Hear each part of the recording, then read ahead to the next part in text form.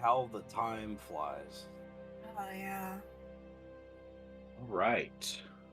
We're back after a couple weeks off and got to get back into the groove here. Greetings, viewers, and welcome to Chapter 25, the season finale of Book 2, Tale of Cybil Spear, our actual play D&D 5e game. I'm Silver, and as always, I will be your storyteller this evening, and with me are our lovely players, Conrad, Ernie, Destin, Saga, AJ, and Jeff. Everybody's here. We're all ready to D&D tonight. For those of you tuning in for the first time, or if you've missed a session, we'd like to encourage you to check out our previous sessions, which you can find on YouTube. Also like to direct you to our Discord server to join our community, interact with us, and have possibility of getting me involved in future content.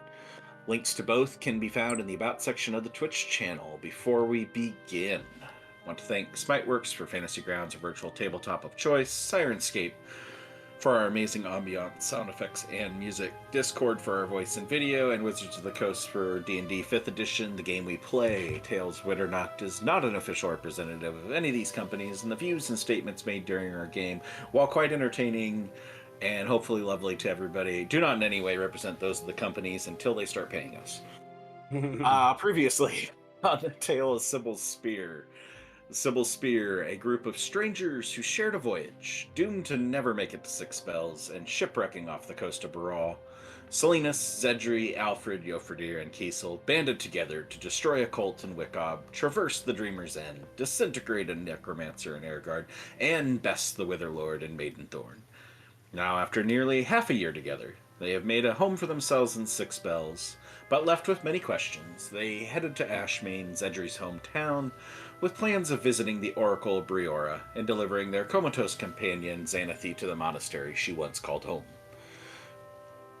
They arrived to find a disease taking over the city, and with the help of a new ally named Percy, they sought out and secured a cure from the village of Swornsteed, where they tangled with a charming entity named Izzy. On their way back to Ashmane, they faced off against Dr. Wingard and his menagerie of hybrid mutants before finally reaching rest and safety back in the city Zedri once called home.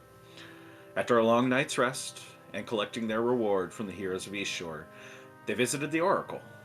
After consuming the elixir provided to them, they each in turn faded into slumber, only to be awakened by excruciating mental pain as something blocked their dreamwalk. The Oracle provided them a list of ingredients they would need to concoct a potion in an attempt to break the block. A list that included the eye of a cyclops and a rare desert fruit from the Torment Highlands. They said goodbye to Percy, collected the other more common ingredients, and got another good night's rest before heading off for the Highlands. Along the way, they hired Lonan, the vampire they had saved from Dr. Wingard, and they proceeded to track down the Cyclops. So they're dead now, so I don't need to learn how to say it, I guess. So, in the Highlands, managed to take down 3 of them and retrieve their eyes and the needed fruit before making their way back to Fort Highbeard at the western edge of the Ashmane area. Our story resumes as the party reaches the fort as dusk falls here in the Torment Highlands of Okaria. It is the 13th day of Faderman, 296 years after the fall of Morel. As you arrive at Fort Highbeard, just as the sun is finally finding its rest over the far-off mountains to the west behind you. Captain of the guard there congratulates you on making your way back to civilization in one piece and applauds your rescue of the unconscious dwarf. Rest of the guards pay you little mind, with a few polite nods, before returning to their evening activities.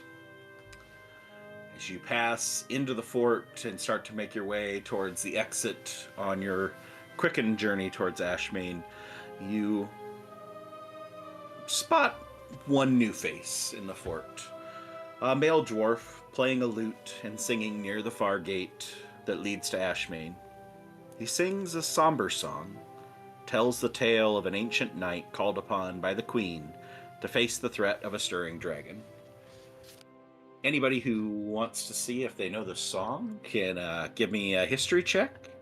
And if you have proficiency with a musical instrument or some sort of musical training, you have advantage.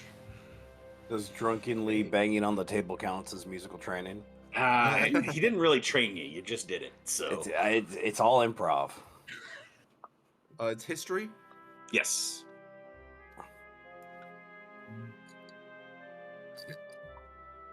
Oh, that's right. We left Percy, so we're only back to one musician. Mm-hmm.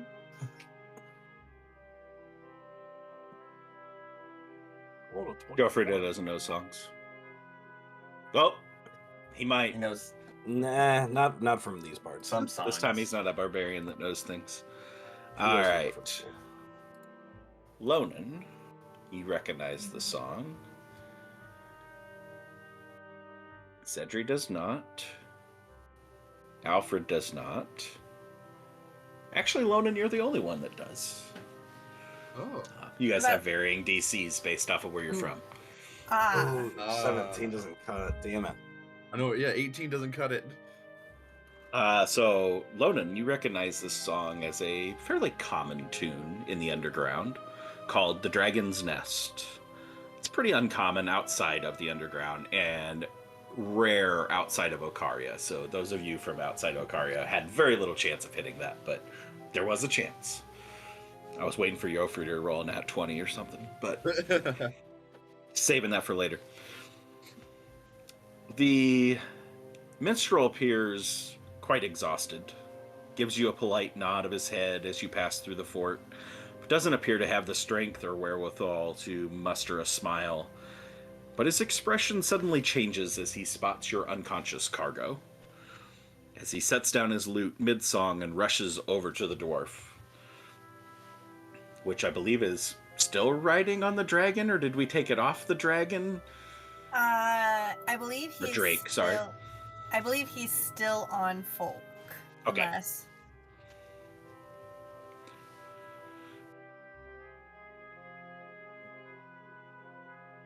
Bless the gods, thought he for sure had perished to those nasty brutes. Where'd you find him? We found him, captured by them. By the Oh. Cyclops. She starts looking around, as if looking for another. Unfortunately, there wasn't a whole lot else left. Oh, it's a shame. I suppose I can take care of Dolan here. Take him off your hands. Thanks for saving him. Of course. What's your relationship to the incapacitated? He goes and he kind of puts his head over and says, "Don't you see the resemblance? This is my brother." Do they resemble? It's a pretty rough one, but there's a fair resemblance. One's got the good looks. The resemblance is uncanny. I can see it. Sure. Yeah, he's not a bad looking lad. Neither you are. Where are you from? I know you're from Untendunk. I recognized the song you were playing. Oh, you from the underground as well? Yes, sir. It just recently moving out. Had been living in Dreadridge whole lives, and decided to try our hand at moving out to the this. Looking around, the above ground. Didn't quite go as planned. Got waylaid by some of those beasts, and when I came to, the wagon was broken, and I hear my brother was missing, and his wife was missing. I suppose I'll be the one to pass along the unhappy news when he comes to. I'm so sorry, sir. Sorry to both of y'all. Can I do a quick noggin check to see? Sure. Because when we rolled up on them, right, the Cyclopses were eating like a leg of like a horse or something. But were there any? No, it was eating a leg of something. No, There was another one that got There their was- head crushed Mhm. by the dad. female goblin. Yikes. Yeah. Yeah.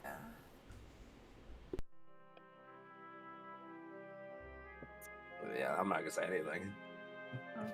No. Well, I suppose you heading back to Ashmane. Maybe see you around town. We're gonna need to make a bit of coin to start over. Yeah, we might see you if you ever need a group of adventuring, a party like ours to help you out. We have a variety of skills. We're Cybil's spear. Well, that's lovely. Thank you for saving my brother here. Can't say that I'll probably ever be into the kind of coin to hire some high, fancy adventuring party, but appreciate the help. Alfred, he'll go and reach out to shake your hand. Alfred will respond in kind, give the usual. Hi, my name is Alfred Yates. I'm from Eagle Fall. Pleasure to meet you. As he pulls his hand away, you find 5 silver coins in your hand that he's given you. Oh no, you really shouldn't have. I was just Least I explaining can who do. we were. The soldiers here have done pretty well with the tipping, despite me not being in the best of sorts. Can I? Was he tied to the Drake, or we just got him kind of sloshed laying around? I think we just kind of laid him on there. Okay, I'm gonna go kind of prop him up, or grabbing him. In doing so, can I slip 2 plat in his unconscious brother's pockets? I'm slipping. I'm not taking. Sleight of hand.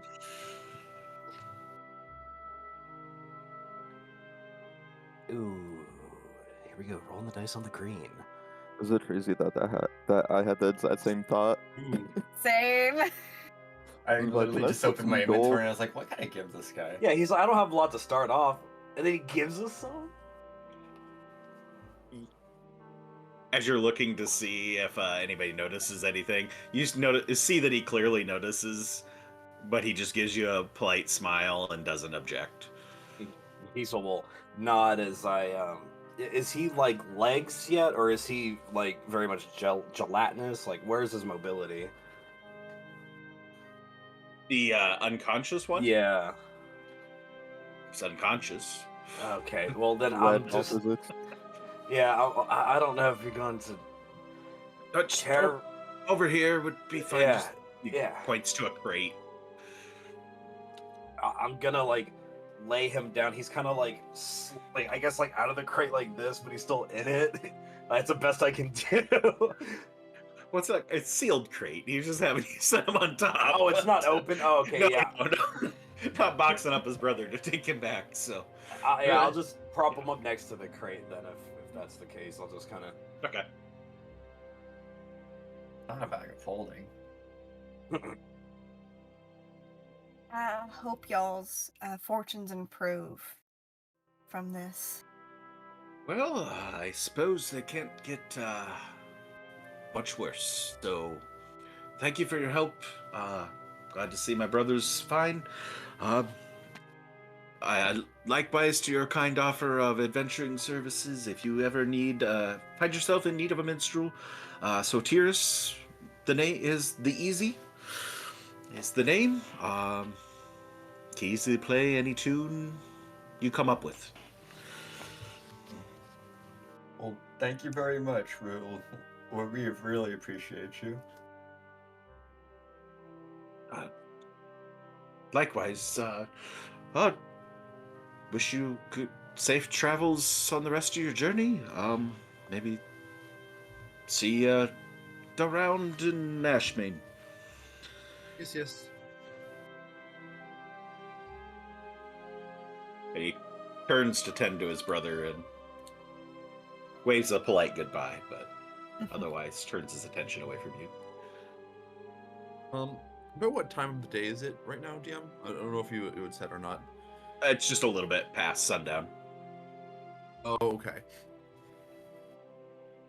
All right. So You guys are have we roughly about a 2-hour journey back into town, so it's not terribly far. Yeah, are we spending the night here, or heading into town and spending the night at an inn? I mean, if it's just a couple hours walking, a bed seems nice. 2 hours walking for a bed is a good trade-off, I think. I think we should try to push through. All right. You feel up Alright. to it, Salinas? Hmm? I was just asking if you felt up to it. Well, I mean, yes, I'm all right. But I didn't get smashed with a Cyclops cudgel earlier today. You learn to walk these things off, you know. All right. We think that is the best. I mean, I won't say no heading back to that inn we were at these last couple of nights.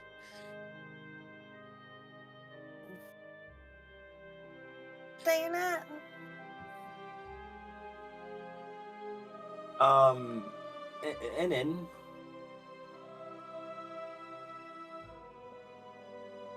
What was the name? Lunan's just gonna nod. All right. Isol, you don't have to be so coy. I think we can trust her. No, I don't remember what it was called. Did you hit your head? I got smashed by a fucking Cyclops, of course. I'm trying to walk this shit off. If we want to go all the way back to Ritas Plaza, we can go back to Odette's. But otherwise, we could probably find somewhere else. An inn is an inn, I'm- isn't it? We can figure that out once we can figure it out on the 2 hours there. You guys can afford to stay in Rita's Plaza? We have connections, I suppose you could say. Ooh. Not the first choice. I just want to preface. Why wouldn't it be our first choice? That was a nice inn. Honestly, I prefer Ashmane Parlor, but it was a nice little splurge. I don't think that we need to go back again, though. I mean, Lonan's gonna look around. I mean, I don't. I've been sleeping in the woods. Well, that is also an option. Would you like a bed? If You don't I have to. slept in a bed in like months, I really wouldn't mind. Okay, then come on. You know, A bed it's like a it group is. pay thing. You know, we don't pay each other back. Just it's you know. You can also just sleep on the floor. Well, you know, no, unless you really want to. But we'll figure out the logistics. But please, just know that money isn't an issue with us. Not in like a bourgeois kind of way. Just it's, you know, That dead is the men. first time did I've it. ever heard someone say that in my life. Then we're on the right track. Let's go. Well, the very one thing I can say about living this life is that adventuring does pay well as long as you don't die. I've noticed that at least.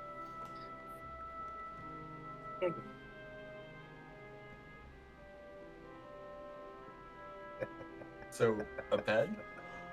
A bed. Oh, yes. we've been walking. We've been walking. Yeah, we've definitely been walking. Okay. Yeah, we've been walking. No. All right, you make your way down the Dark Coin path, heading back through Traveler's Rest Woods, and towards the city of Ashmane, knowing that you only have roughly the 2-hour hike. It's kind of that anxious, let's get back to civilization and find a place to rest. Some of you a little bit more worse for wear than others, most of you at completely full health, but Kiesel's a little banged up, and Folk is very banged up. Before we go into the city, sorry. No, go ahead. Before we go into the city, Lonan is going to kind of kneel so she's eye level to Folk and be like, "All right, girl, it's time to rest." And she's gonna just like kind of pet her snout and then dismiss her. And a Okay. black mist will curl, and then Folk will be gone. All right. Dim light, late hour of your journey. Journey is accompanied by the soothing sounds of forest nightlife as you pass uneventfully down the dark going path through the Traveler's Rest woods, passing past the road where you picked up Lonan that leads off to the Aesopus Monastery. Not seeing much signs of life coming from up the road to the monastery, given the late hour. And after a couple hours of walking, you catch sight of the outline of the statue of Briora against the star-filled skyline.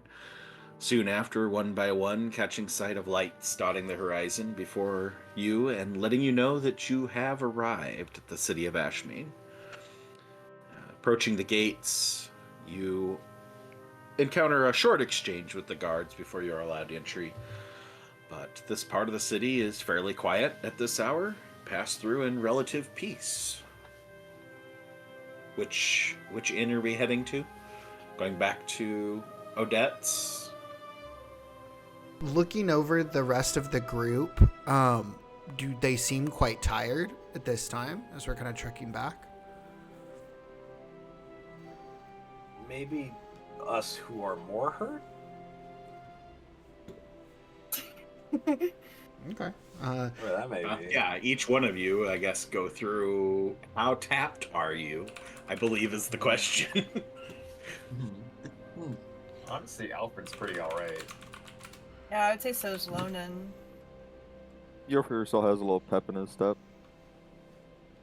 Been a long fine. day, but otherwise. I've been better.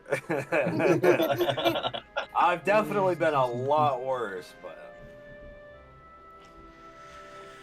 Well, I know it's a little bit of a walk, because most of the inns are probably on the east side of town, over near the port. But if we want something comparable to Odette's, maybe without such harsh looks, we could go ahead and go to the Foaming Ale. It's a pretty nice one. If we want something that's just simply closer, we could go ahead and go to Carrington's. That's over in Workrest. Or we could do Ashmane Parlor. That's where Percy was staying. you know, I don't need the beds to be warmed or fluffed, but as long as the food's hot in the morning. Now, when the beds aren't made of like straw hay or like a dirt ground or anything like that, the decision's up to you. The foaming ale sounds good for Yofridia, right? Yeah, sounds good for Alfred too. Well, Well, yes. if we're going to see the Oracle in the morning, how hungover do we want to be? You guys get hangovers? Actually, on that utility question, which one would be more closest to the Oracle? Carrington's. Barrington's? Well, I guess Carrington's maybe? I Sounds mean, like a decent place. I don't see why not. Just so we can save ourselves the journey. I figured everybody would be very anxious waking up. We'll save ourselves a little bit of money too. But yes. no worries, because the food should be warm. Then, Harrington's it is. We'll head to Carrington's pub. Okay. They have shepherd's pie. Potatoes? Got chives? Fish and got chips? onions? All right. That does sound Head to Carrington's pub. You're able to obtain up to 5 rooms, if you so choose, and asking for 1 gold per night per guest. Kiesel will cover Lonan's. Yorfer will cover the rest. He doesn't pay for much, so. That's good because Alfred has 5 silver. And that's it. And You 1 and- copper. Talking about how well off we were. Wasn't Teasel the one that was broke at one point? Dude, I was pissed broke. We've gone around the table. We've all been there. Yeah. Wait, what happened Never to all again. of Alfred's money? I thought we just distributed out a bunch of our cash. He's a salt of the earth kind of guy. We don't like having it on him. This is why we need a ledger. This is No, why we we need to still keep an have inventory. We Well, I still don't have all think the we've gone gold in the through party the- sheet. Yeah, you guys I don't haven't think- distributed it out yet. Yeah. You're You distributed 4,000 some, gold. I thought. Yeah, we distributed some out at some point, because I have 7 platinum and 137 gold. So, that didn't come Did from Alfred nowhere. give his away already? No way. What did you buy, dude? Hey, Gucci bag? I know You I got gave yourself a some new to Gucci coat? the Temple of Infernus in town. the one that was at Odette's? No. Oh, I was like, wait, that wasn't the temple. That girl scammed us. All right. Well, in that case, if we are offered 5 rooms, Zidra's gonna look towards Alfred, and I'll just go ahead and ask, hey, do you mind if we maybe just divide everything super quick? We don't necessarily have to go through it. I'm inclined to rest if we're gonna fall asleep tomorrow when we see the Oracle. Divide everything? Also, The stuff we found. Oh, yeah, we could do that pretty quick. Cool.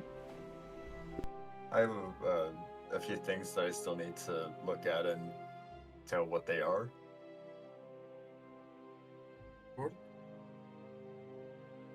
on the same end, do we really want to be going in to the Dreamer's realm again without much preparation? Yeah, we should be well rested before going in, despite us going back to sleep. I would even go so far as to preparing new spells for a hostile environment. For those so inclined. I would love to imagine that everything would go fine. But whenever you were reciting to us what happened the first time around in the Dreamer's End, wasn't there like misfires and stuff? Misfires? No, not a ton. I think it was just the one time we were messing around with that one, with the portal out. But hopefully that shouldn't be a problem, you know. Great. I'll just manifest really hard then. And Zidri does not look confident about. Okay, in the party sheet on the inventory tab, I believe, Zedri, are you carrying all the stuff, the loot from the Cyclops that you and Kiesel bagged up? Yes, the 110, the 1810, the 6500, and the 900. Well, I'm meaning more the objects rather than the coins. Yes. Okay, so I'm not sure what it looks like on your guys' site, but there's an assignment column next to all the items Oh. that if you type in the names of who's going to take what, then all we have to do is click the arrow down to distribute everything to you guys and just split it all up. Okay, Yeah, I see it. so Alfred will take the unidentified items. We can't type in the assignment. Yeah. Okay, so then just tell me all unidentified going to Alfred? Yeah. Nice The moment. autofill. Ooh. That helps. Do we know what the updates in potions are real yet? time. No. Okay. Okay, what about the statuette of Aurora?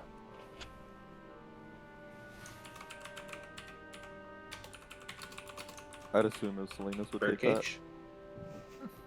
Dendry held his finger up, so he already claimed it. Oh. You had to fight for I it. just, Yeah, just fight- because we're fight putting it for in it. a bag of holding.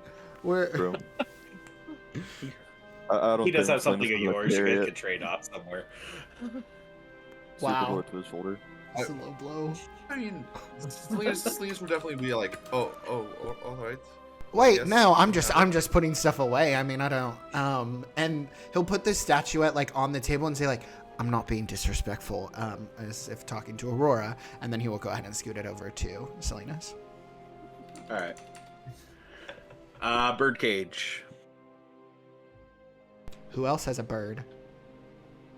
That's what I thought. I was gonna say if Percy were here, Holy. she'd be snapping that up. Percy would be on it. Fair. Wait, did anybody claim it? No. Cedric did because he's got a Cedric's bird. claiming it. He's got birds. Who wants the gold ring with the bloodstones in it? You want the gold ring with the bloodstones? Does Gisel need Are we some? gonna do anything? Are we gonna do anything with that except sell it? I even have how many rings? I do have one ring. Is it is it magical? I mean, it's pretty. I could identify it and see if it has anything, but I don't think it does.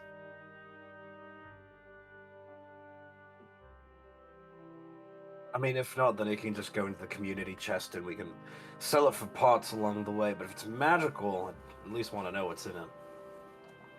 Is it true? All right, going to Alfred to identify. Okay, that works.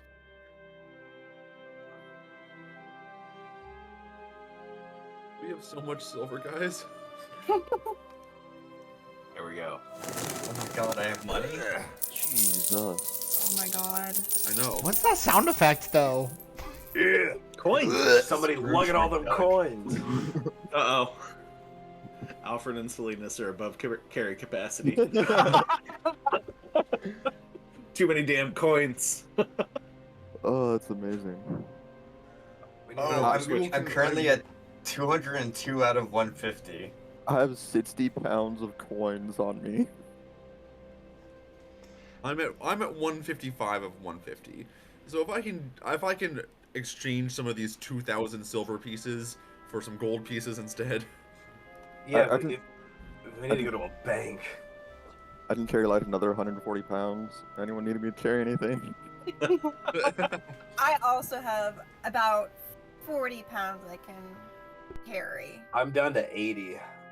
I have 90. So happy to help. Money.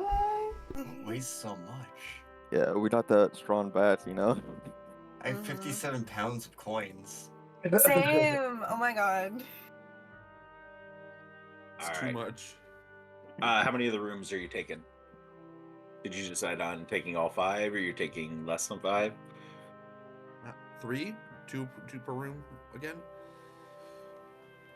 How many beds are in each room? In these rooms, 2.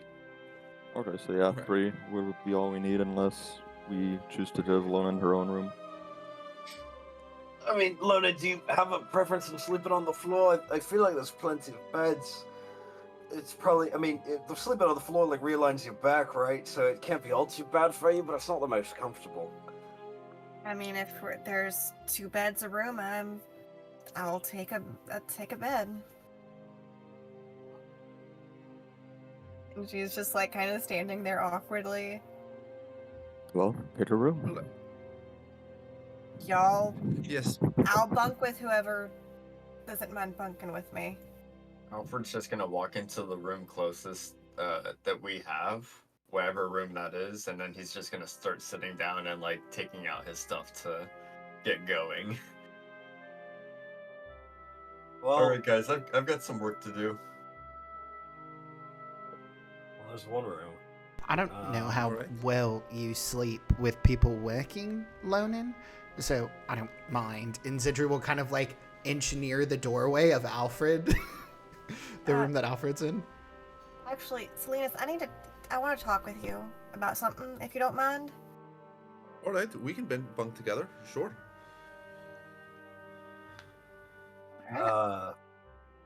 Wait, was Zedri bunking with Alfred? Or no? Yeah. He's like in the doorway. Yeah. So Okay. then here's he's that the new way. breather. Oh, what a smelly room. All right. Don't get too drunk. It's the most defended room. Yeah, really. Oh, all right. I mean, okay, if that's the distribution, I would like to hang out here just a little bit to see what's in that ring, if any. Oh yeah, I mean we can. Yes, it would be good to know what we have, before we embark tomorrow. Mm-hmm.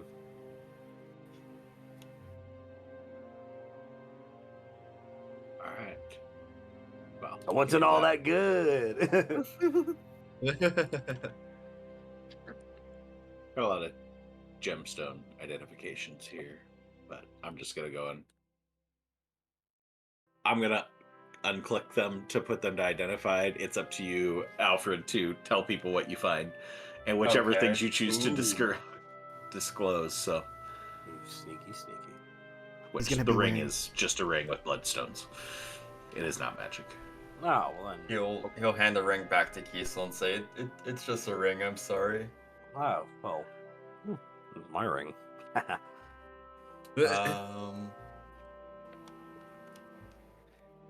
There's still one unidentified item. Yep, I'm still working my way down there. I'm on the potions now. Making my way. Look away. I did the oil.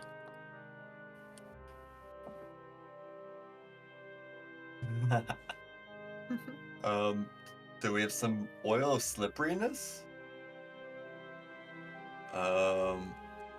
Potion of animal friendship? Potion of diminution? What now? Oh, when you drink this, you gain the reduce effect of enlarge reduce. Oh, I see. Interesting. There's a potion of hill titan strength. Oh, Is that 21 or? Yeah. Mm-hmm.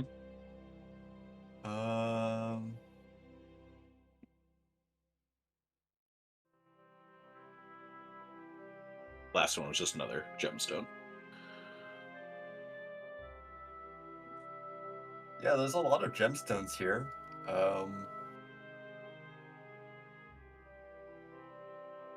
interesting.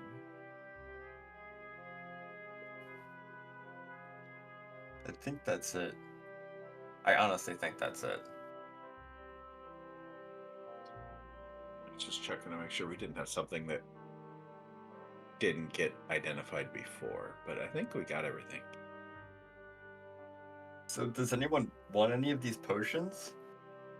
I mean, it wouldn't hurt to keep an extra strength potion, especially when we tossing cyclopses around. Oh, Kiesel, do you want to hold on to the hill titan strength? Sure. You'll be as strong as Jofredir almost. Yeah, that's. I don't think I'm quite as strong as a hill giant, so he might be a little bit stronger than me at that point. Can I send it to someone? Well, But out of the two of us, he would gain the most benefit for sure. if we're distributing them, how many potions are there? There's 3 the hill potions, 1 titans. oil. Yeah. Okay. Oil. And you technically slipperiness. already have, I think, an oil of slipperiness in your inventory, so we actually have 2 of them, I believe, now. Oh, really? Who has the oil of slipperiness right now? Alfred has one in Alfred. the bag of holding. Oh, okay. Mm. Well, I mean, I wouldn't mind holding on to an oil of slipperiness, or perhaps Zedri, someone who could perhaps teleport around a little bit. You know, sneaky like, place a trap. That would be nice. Do you want the potion of animal friendship? I don't know if you need to use anything to.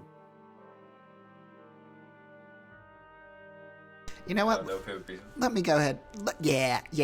Zedri's thinking specifically about folk, and there is a deep-seated want to please this creature in him. So he'll opt for that. All right.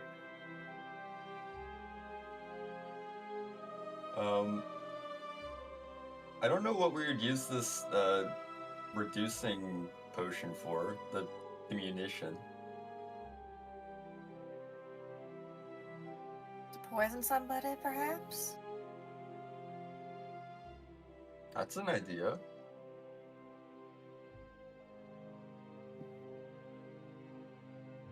Hmm.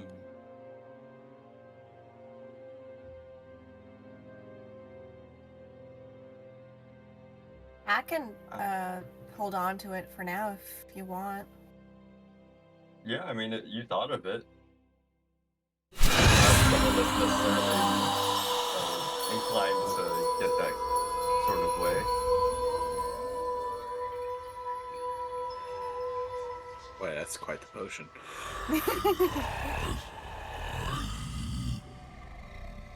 Everyone's Oh, eyes roll in boy. the back of their head. That went dark. Yeah.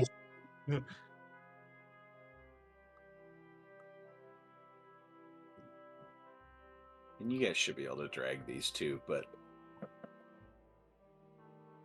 Can I? apparently this is just the potion sound. You just have to go. I think you had to open their character sheet, though.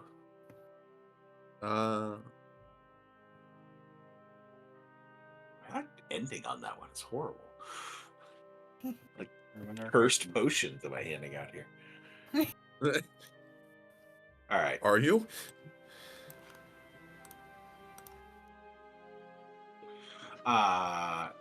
Oil of slipperiness, was that silliness? Did you end up with that? Yeah. I'll take one of them. All right. Oh, it doesn't get the crazy sound. Who's taking the diminution? That's me. That's Lonan. All right. You need some more inventory items, so. Yeah. Alfred's pad list those goes on stats. for like 18 pages, so. I need less. What? Holy crap. He has coins now, too, so, that's all good.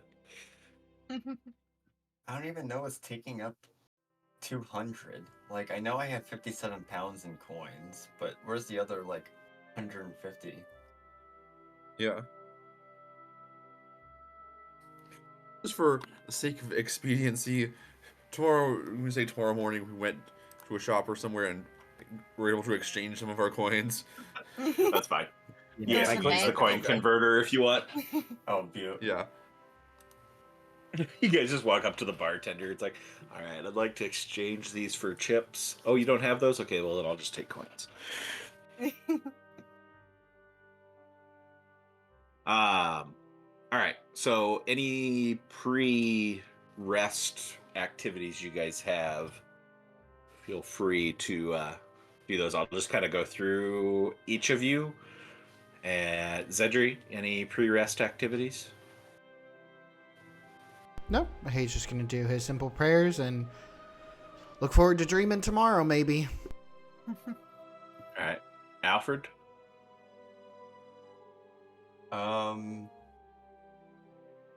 He's just gonna spend some time with Cybil.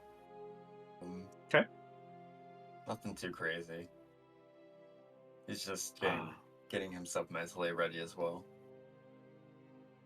How about the ripe room? Yoferder sleeps till about his normal time and does his normal morning routine. And then by the time everyone else is up, he's downstairs already, probably having some breakfast. Oh, I wanted to have a pre-sleep conversation with you for dear. Do it then. There's No, still- he's asleep. That'd be rude. Well, no, I would be awake for a little bit still, Yeah. before he falls asleep. Kiesel is laying in bed and bench pressing his glaive against his chest. As Deerfordier is doing whatever. So, what are you going to ask to see From the Oracle. Well, one of the main things is how things back home are.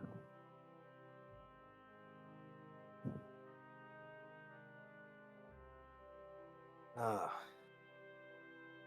Nothing big picture.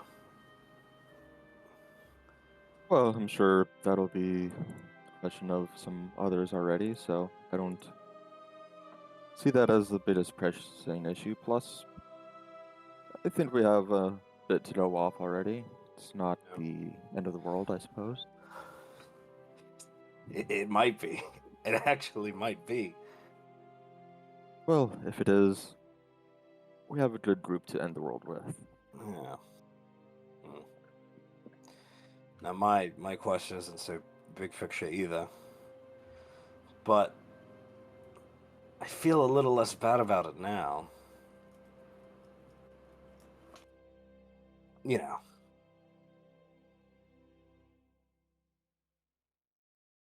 What do you plan to ask? I don't know, probably something stupid. Why is the world the way it is? I don't know.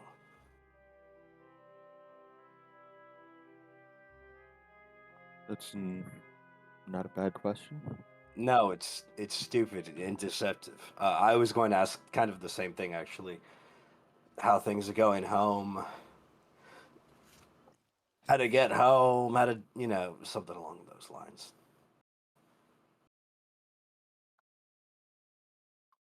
It's it's an important thing to know, that's for sure.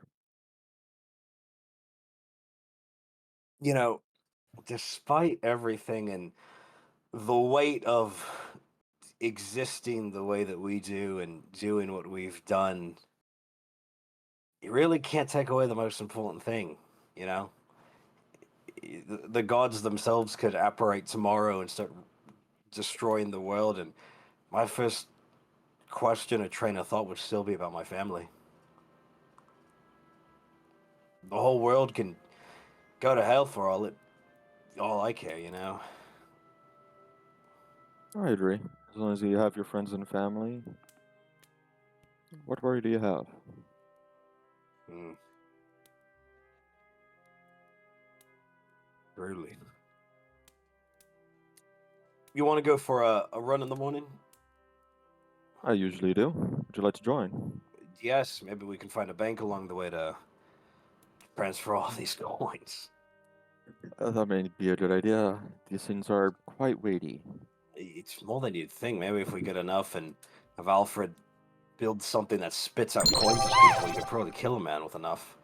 Exalted Platypus Maybe a asks, water where's skin. Did you Cybil? know a water skin weighs 5 pounds? Jeez. Alfred says from the other room.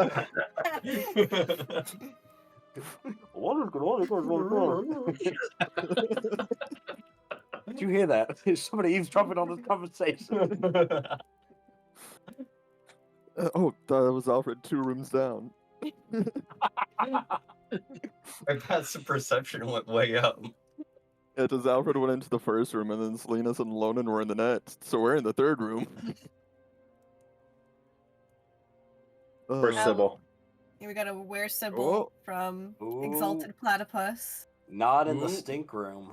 That's Unironically, Cybil is right next to me as Alfred was identifying all these items. Yep. That was an easy one. That was an easy one. She's just- inspecting each item with you. Yeah. Just I was gotta gonna check say it for she's like smells. passed out on the floor, like all four paws in the air, just like. Fell asleep with Oh boredom. no, she's a classy lady. I don't know. She didn't go on a very long walk today. Mhm. I love Cybil. All right. Lonan and Salinas. So, Alonen's gonna sit down on her bed. Y'all aren't crazy. No. And I guess God, gods. I don't. I wanted to apologize first and foremost. I didn't think y'all were, but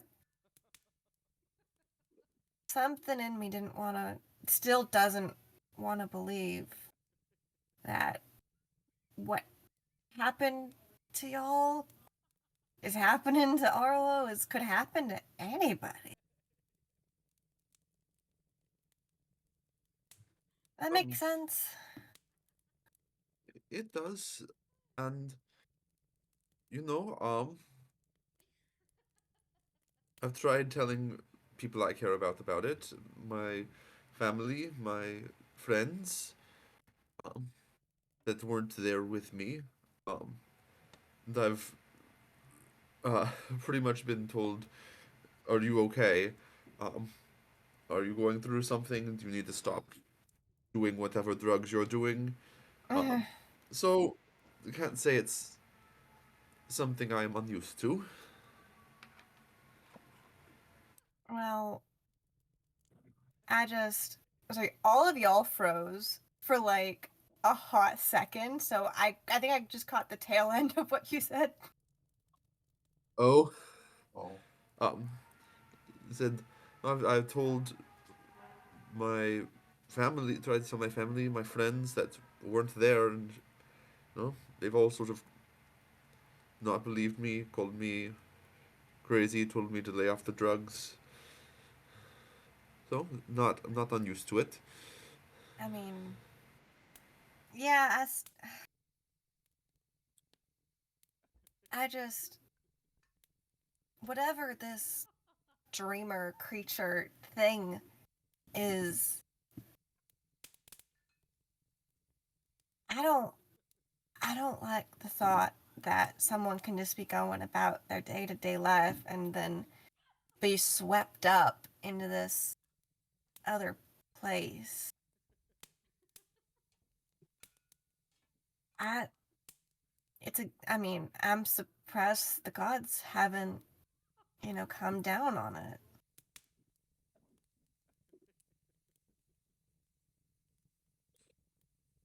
Lonan, it's not. This is.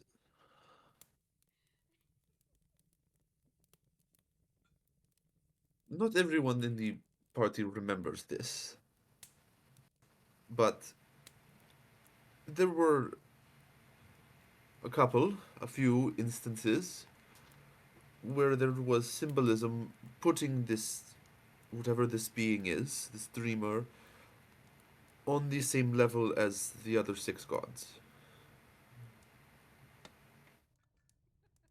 And the gods don't interfere with each other's business.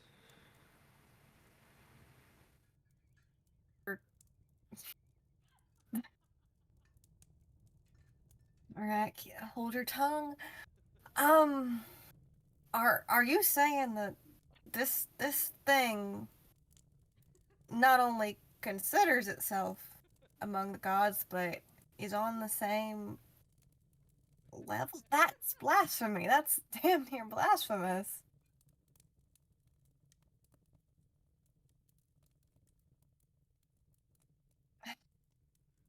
All I am saying is that it is a possibility.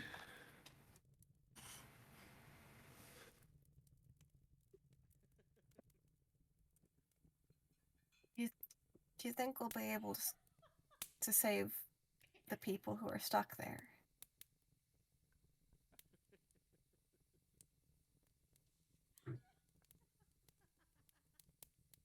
Well, we've done it once before. I don't see why we couldn't do it again.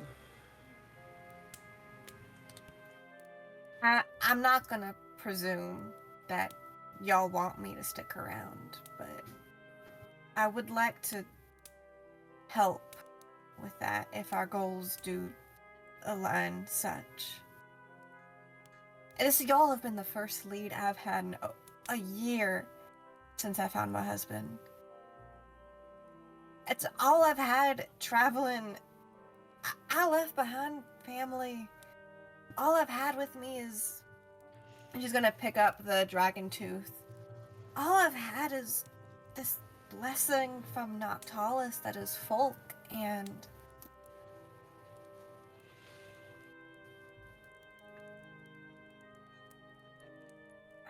I don't think something like this deserves the unfettered power it seems to have.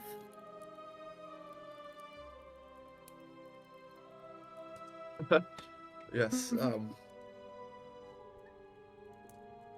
Nolan, we are a lot more alike than I think either of us realized. And um, I'm of the opinion that you can never have enough allies. So, if you would like to travel with us, I personally don't see that to be a problem.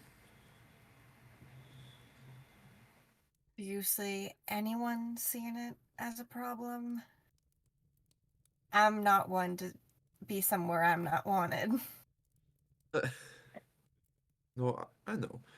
I understand. And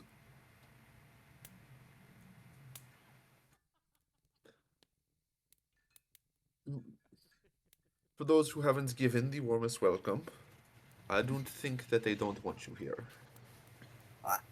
I don't blame them, to be completely honest. Do you think he'll like a hat? What about socks? I'm pretty good at making socks. What about a scarf? Scarf. What's his favorite color? Um,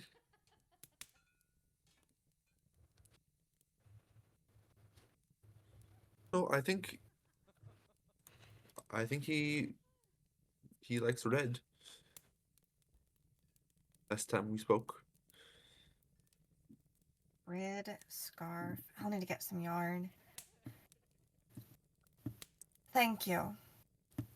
And I hope one day I'll be able to introduce my new allies to my husband. We would enjoy that. I'll be honest, I think him and Alfred would get on like a house on fire. They probably wouldn't talk about necessarily the same things, but Arlo Alfred studied. gets along with almost everyone, so I can see that makes that. sense. Arlo, he went to university. He's studied folklore, actually. Stories. I remember early on when I first found him, telling him that I felt like I was in one of those stories he used to collect, so.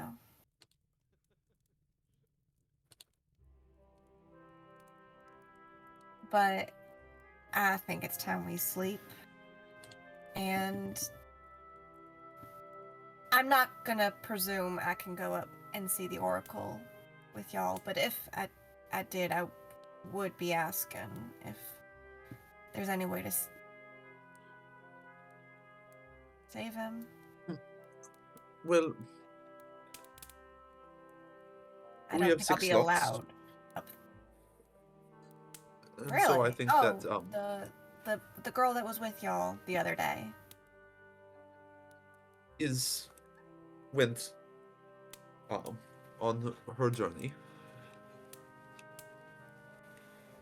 Fair enough.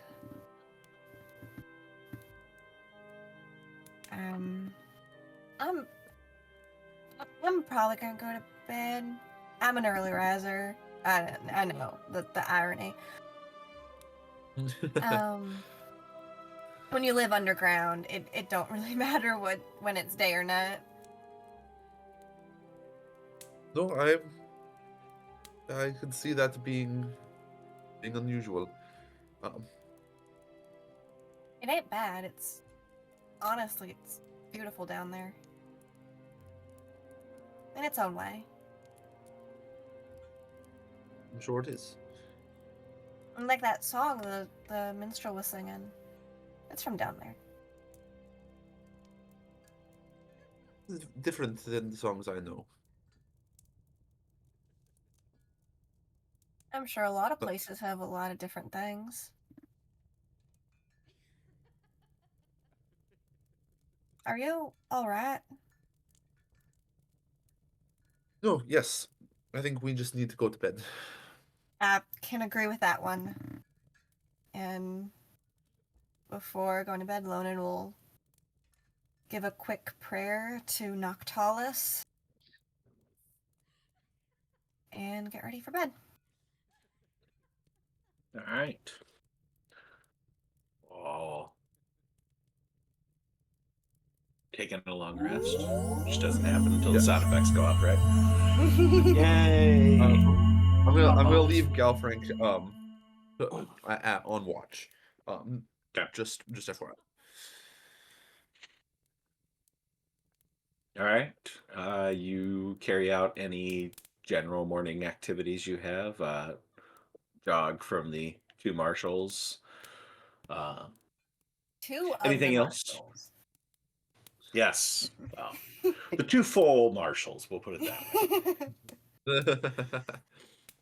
way. And you eventually meet back up in the great room to grab some breakfast items.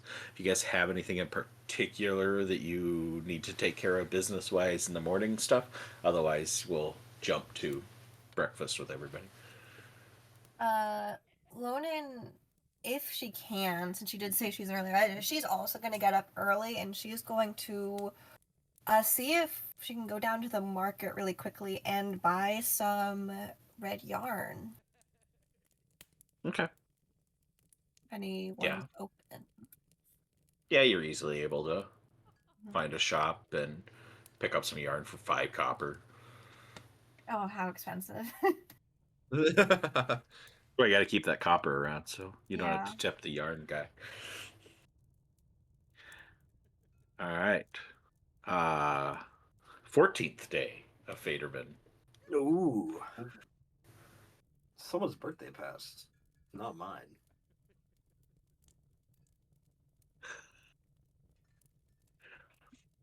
And you guys all reunite after your morning activities. Able to grab a pretty simple hot breakfast, but nothing too terribly extravagant. But you're able to grab some good bite to eat, and the day is yours.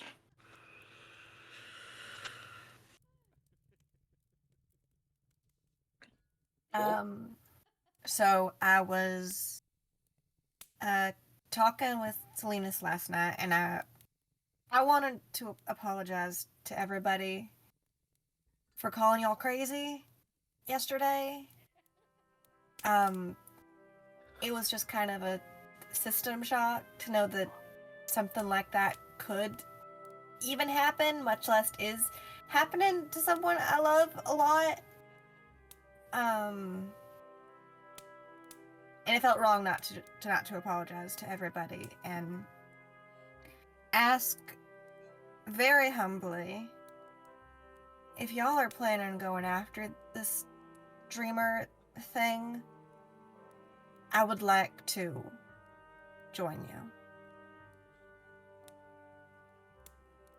If you thought we told you some crazy shit, you coming along with us to see whoever today is going to be a total shock. Well, it was my brain keeps going back to like something just it's hard to believe that something like that can happen and not be well known about. I mean, I think the issue with this case in particular is not that it's not known about. I believe a majority of the people that go through it don't remember much of it. Indeed. Or those that do are called crazy. I am really sorry about that. No, it's okay. It's just, it's a matter of life. I'm sure we do sound crazy when we talk about it. Honestly, not the worst thing that we've been called. And some of us genuinely are crazy, so not the worst thing, you know. Wait, which Uh, of us? He's looking at anyone specifically. Yeah. He's just staring off in a, he's just looking off in his face. No eye contact. He's projecting. I think a lot of people call those who decide to make their lives adventuring, killing monsters, going after these all sorts of things, tend to get called crazy just for that. So, I'm glad to, if I'm an ally of yours, I'm glad to be. Congratulations, you found the extra crazy. Oh, now that truly makes you crazy. I'm sure you will But- fit in just fine.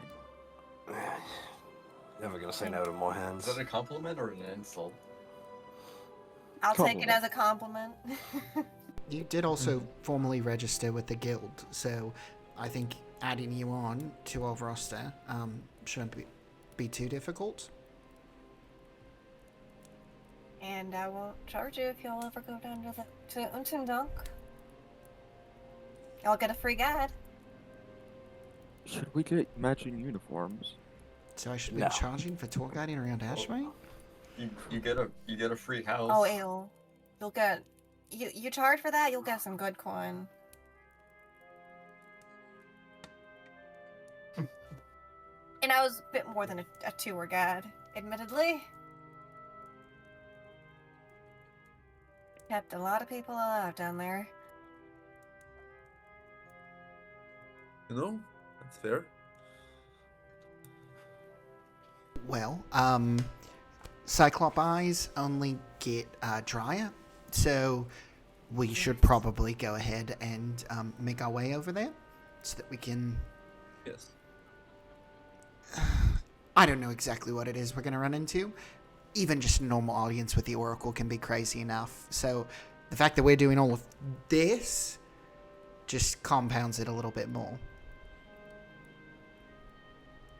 As I said, extra crazy. Let's get a move on. Lead the Indeed. way. All right. Heading back out into the city proper. Heading to Briora's gardens to visit the Oracle a second time. This time in with 3 very large eyeballs in tow. So, passing through the city, pretty uneventful. Pretty quiet day here in Ashmane. The one nice note is no longer see any signs of pyres burning in the northern part of town. So, presumably things have gone better up there since your delivery of the Atana berries just a few short days ago. But you make your way back to Briora's gardens, back to the base of the giant statue of Briora, and the waterfalls and the birds and the nice break from the ashfall that plagues the rest of the city.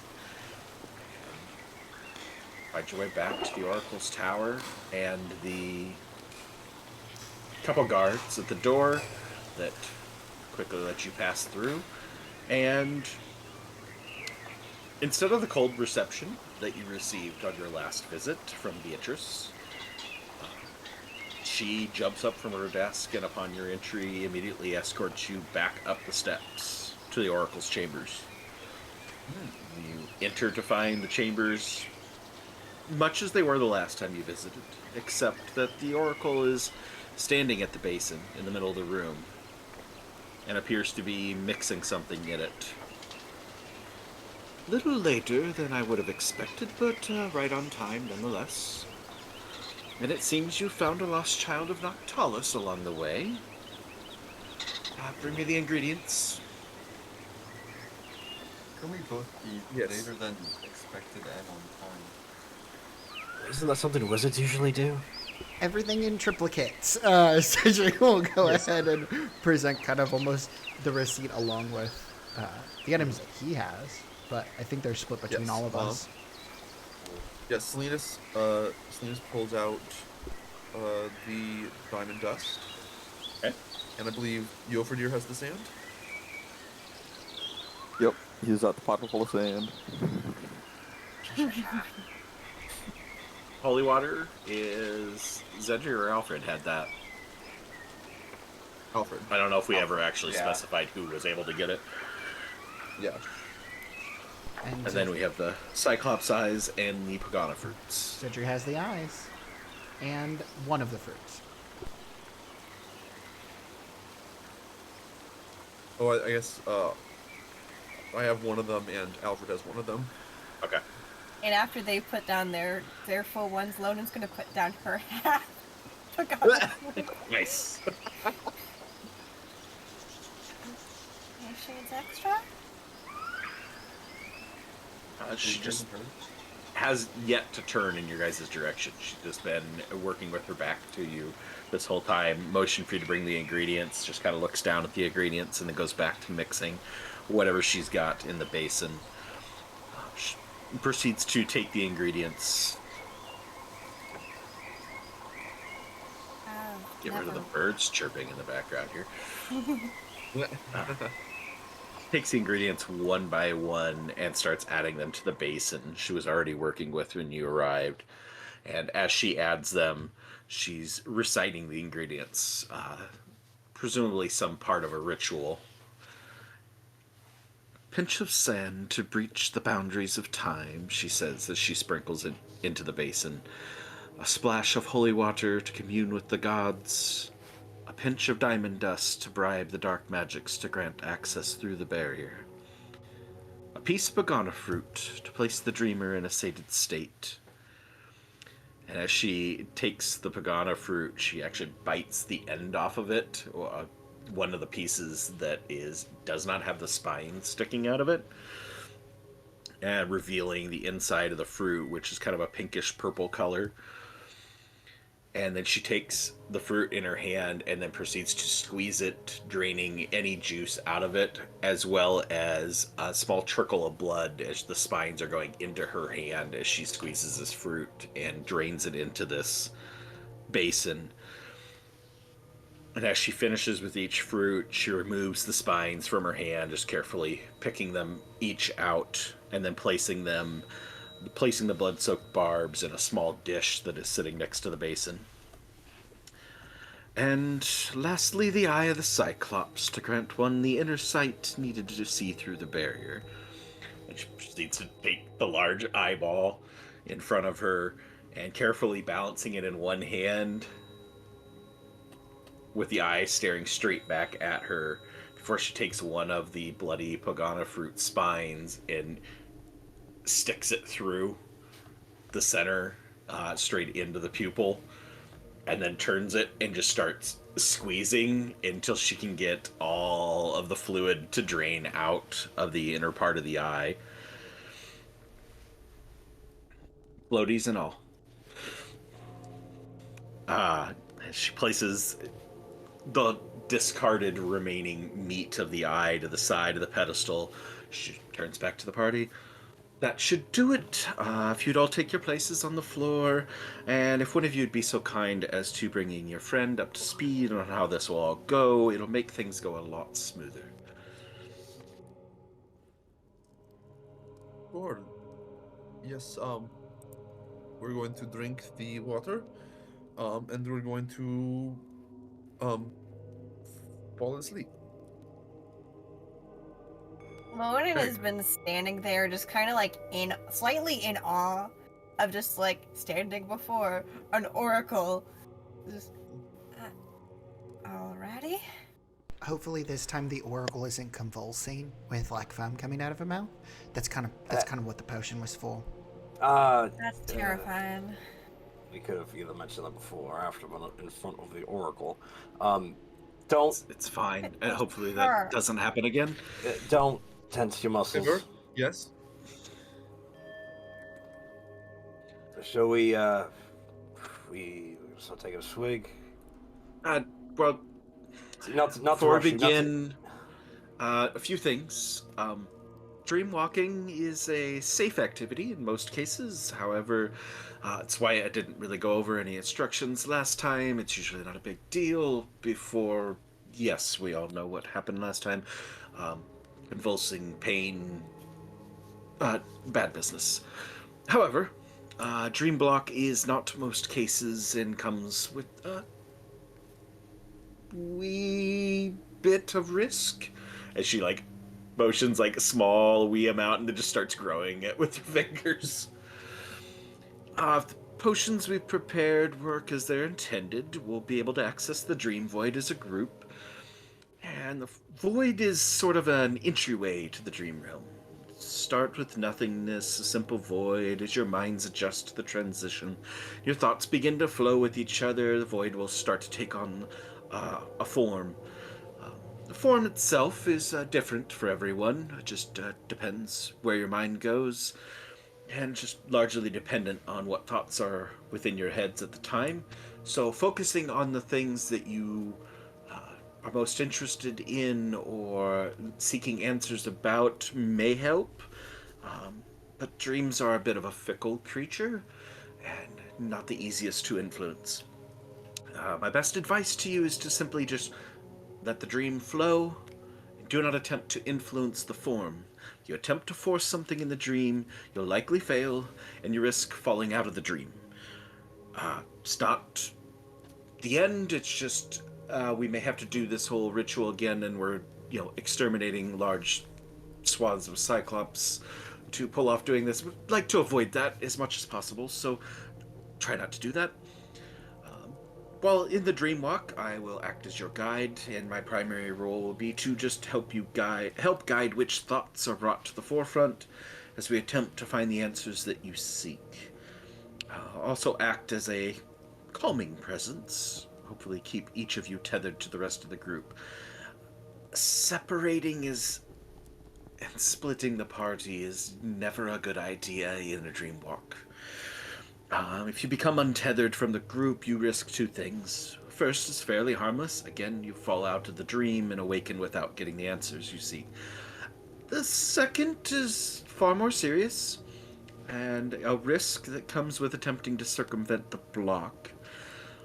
Someone or something has blocked most of you from dreaming, and that entity may still have its hooks in you and access to your dream space. That entity manages to isolate any one of you. They may be able to prevent you from leaving the dream space and put you into a comatose state. Much like your friend Xanathy that Brother Artemis was nice enough to provide a little bit of information on.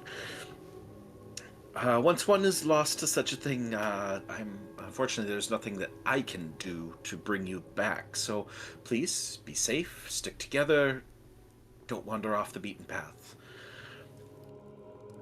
One more note. If you don't have any connection to this malevolent entity that's been blocking you from your dreams, risk of being locked in the dream would be very small, almost insignificant, as such an entity cannot enter your dream space without having some sort of a connection or tether to you. So hopefully, maybe that puts a few of you into a safe position. That being said, again, stick together, don't separate. Just can't say that enough. That being said, when we do enter the void, you will all be separated, and we will need to come together as quick as possible. You have independent minds. We have to bring your minds together for the dream walk. So make quick work of it. Attempt to locate each other as quick as possible to not leave anybody out there alone. And yes, one last thing. Once inside the dream void, you will have limited access to each other's thoughts, memories, and desires. So, secrets that you may have may be revealed that you wish to keep, and desires may become clear that you did not even know you had. Be prepared. Be open. Again, trying to influence the dream or force the dream to go in a certain direction may cause you to fall out of the dream. So the dream walk will be most successful if all members of the party are open to each other. All right, with all of that disclaimers, warranty, small print, are we ready to begin? Lonan's think gonna so. turn to the others and say, "Y'all are about to learn a whole lot about me." I think we're about to learn a whole lot about each other. Uh, Ready as we'll ever be. Yep. tell us, give me wisdom. Salinas is looking around nervously at the group. All right, then. She takes the gold chalice again, dips it into the basin, and starts to move about the group. Why don't you guys all just roll a d20? We'll place our order based off d20s, so... Do we have to con save it again? Yes. I you will be doing that next. love our rolls. Cedric, you are... We're going lowest number first, so... Cedric, give me a con save. Solid. Can do, boss. And as he rolls, the next person in order can go ahead and roll theirs, so... So, Salinas, you're up next. Yep.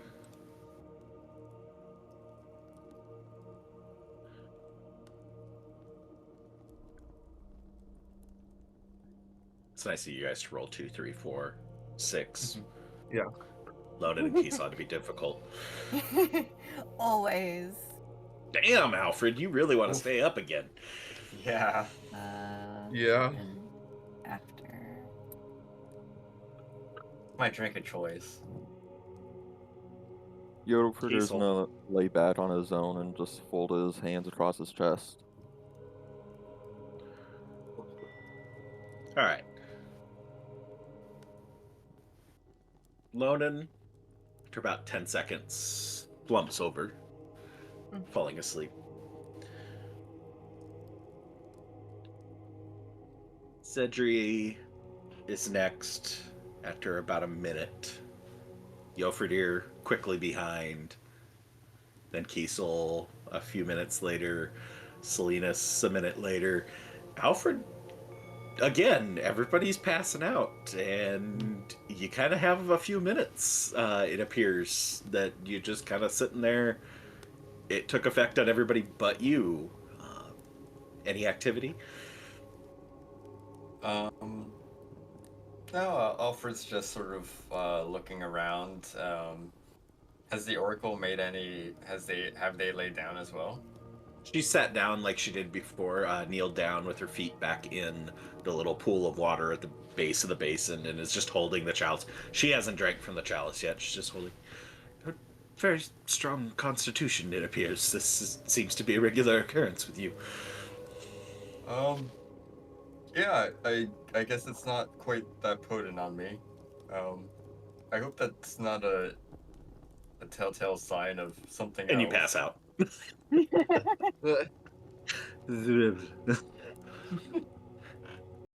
Each of you find yourself standing alone in an empty void of space with very little light and a light purplish fog at your feet.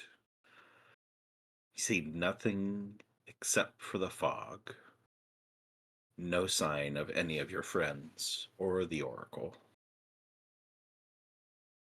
Out of the silence around you, you hear the Oracle's voice echoing in the void from an unknown source. All right, then. Congratulations. It appears the potions worked. You're now in the dream void. I will attempt to guide you through your dreams to find the answers you seek. Dreams are often unclear, but can allow you access to your past, present, and in some cases, the future. Although it should be noted that the future you might experience in your dreams is just one of many possibilities. Nothing is written in the fate. But, well, I mean, it could all come to pass. Anyway, it's only a glimpse of what may come. But I will do my best to guide you. Like I said, best you find each other sooner rather than later. All right, everybody, give me investigation checks. Oh boy. Mm. And as you're rolling those, what does each one of you attempt to do to try and find your friends in the nothingness of the dream void? I try to click my glaive to emit 30 feet of light with an extra 30 feet of dim light. That way I am like a flashlight. You can attempt to do that. Oh boy. Here go my fingers. Roll me a d100. Ooh. That's amazing, Salinas. Can Yep. can Alfred attempt- 76. Okay. Can Alfred attempt to let off a set of fireworks, almost reminiscent of how we left Percy? Roll me a d100. Okay. Actually, roll me a d10 first, and then roll me the d100. Keith will give me a d10 as well. Interesting. One. 1 and 2. All right. I like we both sides of the spectrum there. Kiesel, so you retrieve your glaive and watch as it illuminates the space around you. All you see is the same that you already saw. Just the fog extends a little bit further as your vision is able to take in a little bit more, but still no sign of anybody. Alfred, as you attempt to cast some pyrotechnic fireworks into the sky, 34. Oh no. Nothing happens.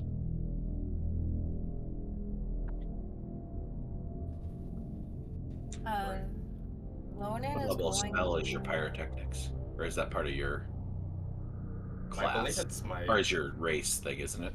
racial, yeah. Okay. Really, yes. Oh, there it is.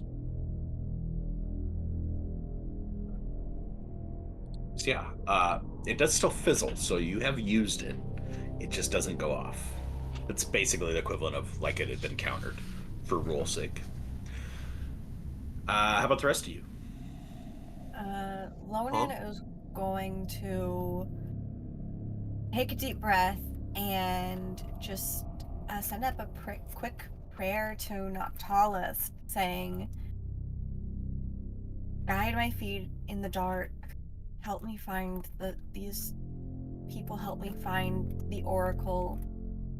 And she's just going to start walking, but focusing very much on kind of like finding them and like listening for anything. Roll me a d8. D8. Ooh. Good low roll. As you attempt to send your prayer up, you just immediately feel pain inside your head and take 2 points of psychic damage. Ooh. Yeah. Ooh. Ain't no gods here.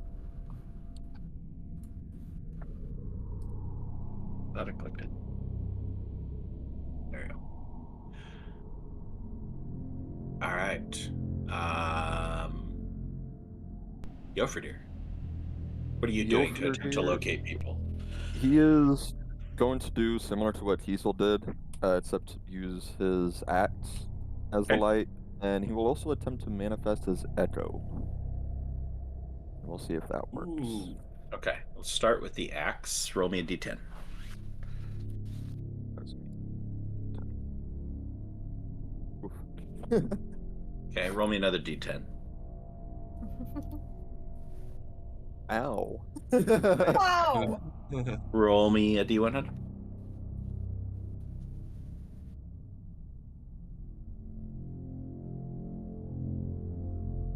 $75.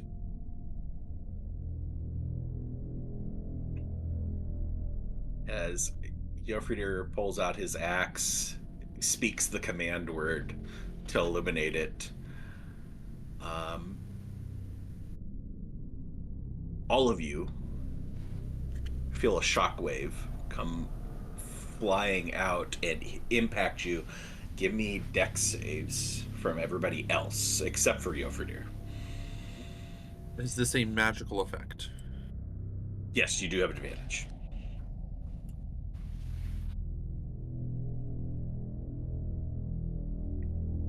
Ooh, baby. Damn. Nice. Ooh. We're missing Kiesel. Wow. Make a. Dex save. Dex save. Ooh, not my highest of saves, not my lowest. All right. As this wave goes through, most of you are able to. You know what? I'm sorry. That should be. Look at your rolls. We'll keep your rolls. What's your strength save, not your dex save? So if you have a different modifier, what is your result for a strength save? Mine would be just a straight 20 because I have a +0 to strength.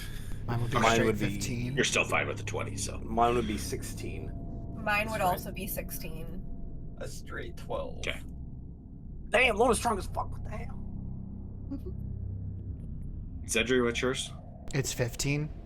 I don't have any modifiers to strength. Okay. All of you are able to brace against this impact as it hits, except for Alfred, as Alfred is knocked back and lands on his ass, prone on the ground. All right. But before we come back to you bringing out your echo, there you go, Frudier. Zedri, what are you doing? So we were told to think specifically about things that we like. Zidri's trying to avoid magic, so he's gonna go ahead and reach and grab his potter's tools, and he's gonna try to grab the two the Fetling knives that he has. So like wood handle with like the thin kind of like triangle shape, and he's just gonna try to like tap them so that it's some sort of auditory thing. Since Okay. yeah, I know. All right. Haven't noticed that yet. In light of that, do you want to keep your 19 investigation, or would you like to re-roll it with advantage?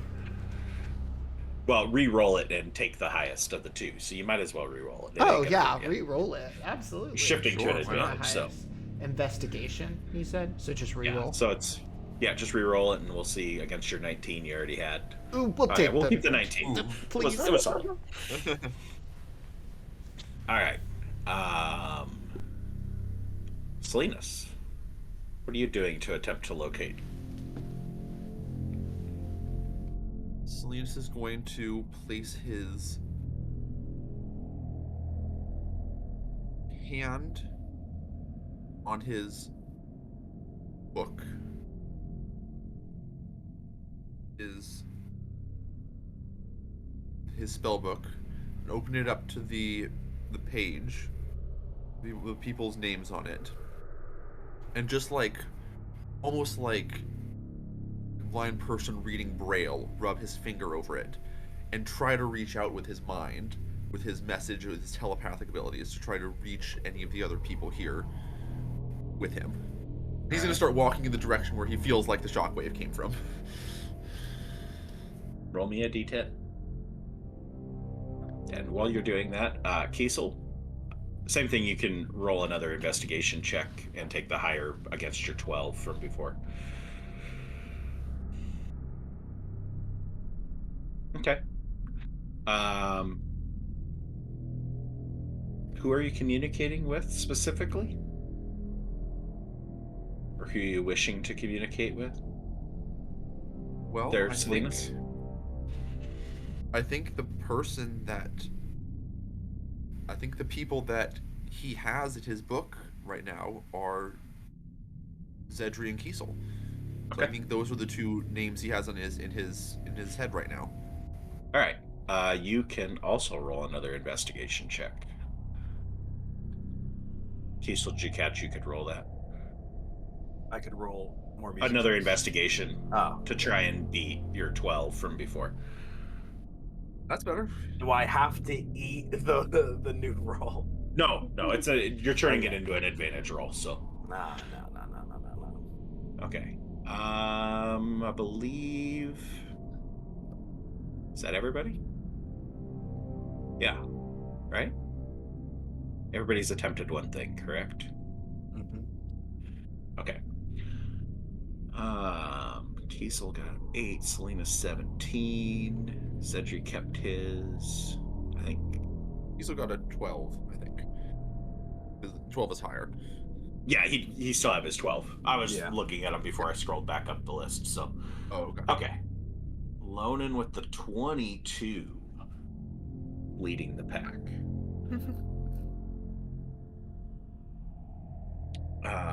Who's second highest? Is that Cedric with the 19? Right?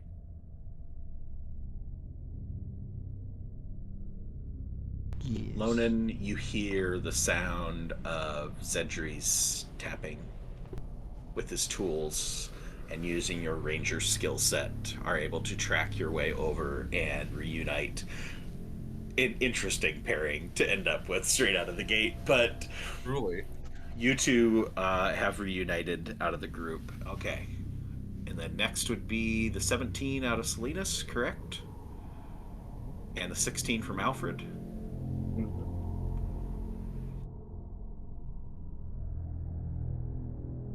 And let's see, then we got the 12 and the 15. Okay.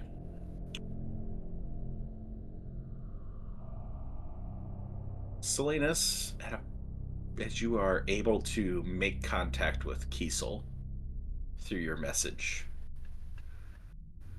and quickly find the bright light coming off of his radiant glaive, you are able to make contact with each other and find each other.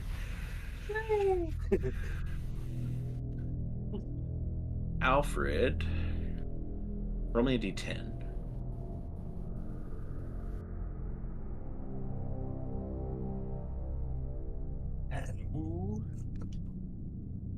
What'd you get? 10. Okay.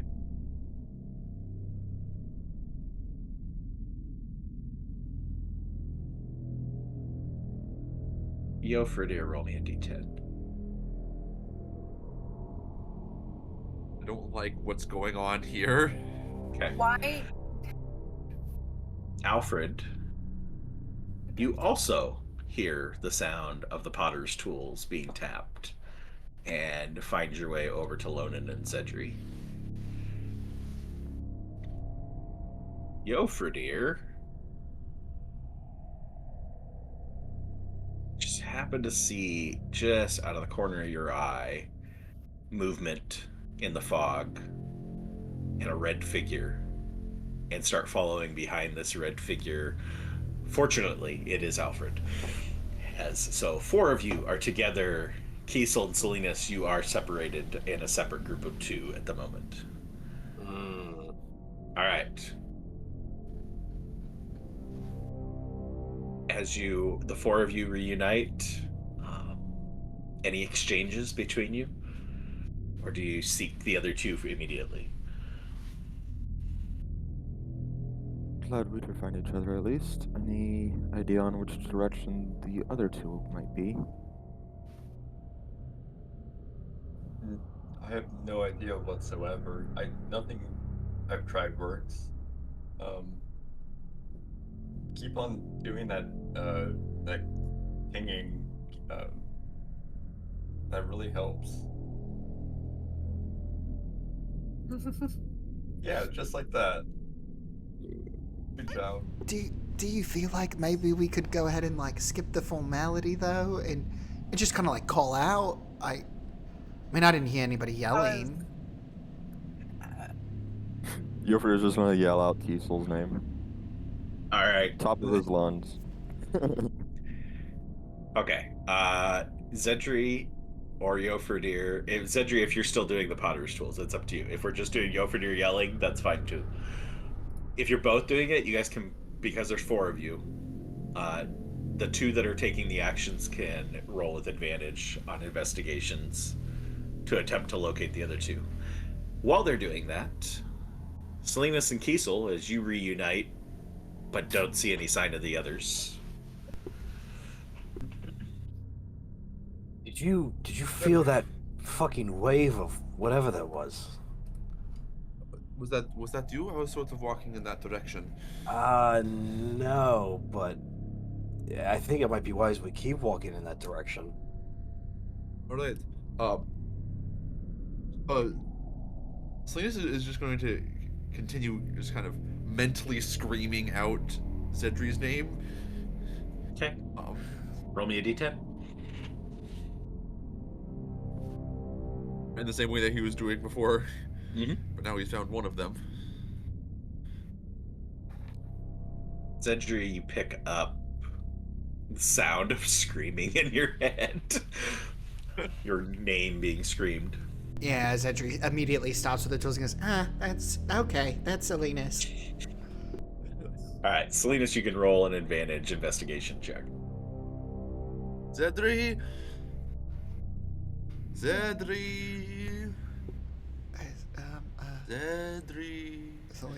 Salinas. He's trying to say mentally.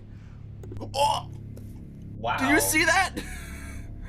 Meant to be. Drop 20 or This 20. is double 20s. So Salinas, as you are honing in on trying to figure out where Zedri's at, you start to pick up little sound of the pitter patter of the potter's tools before hearing Yoverdir. Your best Kiesel yell. I don't want to yell that loud, but he's gonna be Kiesel. That works. And you guys have successfully found each other, and the all 6 of you are reunited. Gotta find the Oracle. Together then. Oh, about that, you hear the voice echoing. And it's like, yeah, I'm not there. That's not really. It gets a bit messy when you start getting into my head overly much. So, I do a little bit of an additive. I can be here, but it's mostly just communicating. But great, you found each other. That's terrific. I'm happy we're not getting lost. Yeah, just start searching around. Like I said, let your minds flow with each other, and you should start to see some form taking place. With that comment, I'm gonna, let's see. We're just gonna roll a d6 here. Salinas, what are your base surface thoughts right now? Surface thoughts are, okay. Everyone's safe. Keep everyone safe. He kind of unconsciously reaches into his bag and is gripping that statue of Aurora. We're going to figure this out. We're going to be okay. He's like when the Oracle says to focus on things, he starts thinking about the Temple of Aurora and Six Bells and about Sosi. Okay, so everything that Salinas just said echoes in the chamber, and you guys can all hear that thought process going. And flickers of images of the Temple of Aurora appear off in the distance before dissipating back into the fog. And Salinas, you would hear your own thoughts coming from the outside. That's very disconcerting. Everybody roll me perception checks.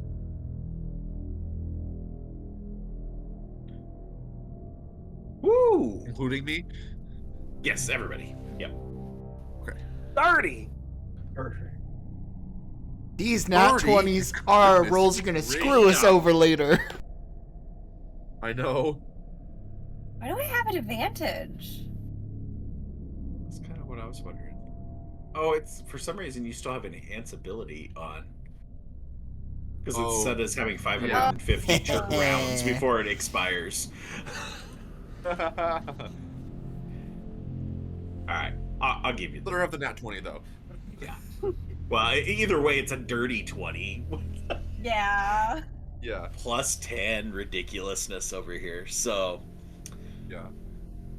alright. We'll give Zedri the nat 20 over here as the high roll. Zedri, you hear sound of a band playing a fairly mellow tune. Something you might hear in a noble's or higher up's garden or home. It's a kind of something that similar type of tune to things that you've heard before. Kind of an odd thing to hear in this chamber, though. You're the only one that hears this.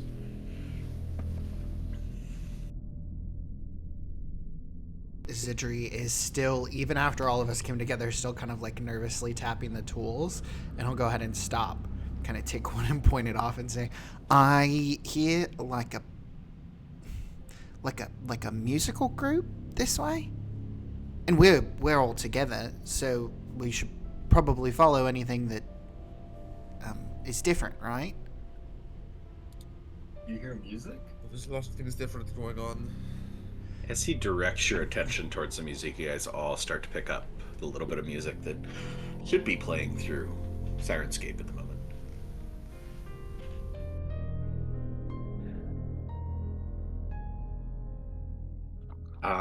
Anybody wants to attempt to locate the source of the music? Roll me an investigation check, but in the tower. Ooh. Salinas would just like to try to identify the music, if he can. Not Okay. necessarily locate where it's coming from. Roll a history check. And you don't have to roll that one in the tower. Oh, it was almost a 19. Yeah, don't know this one. Okay. Kiesel, Alfred, Zedri, Lonan. You're all certain that this is coming from the left. Yofredir and Salinas, you want to roll the investigation as well? Do you want me to? Yeah. Just put it in the tower.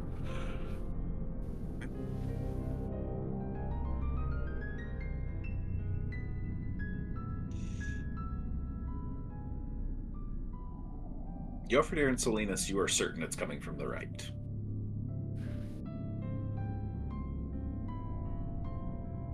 Alfred will start walking left.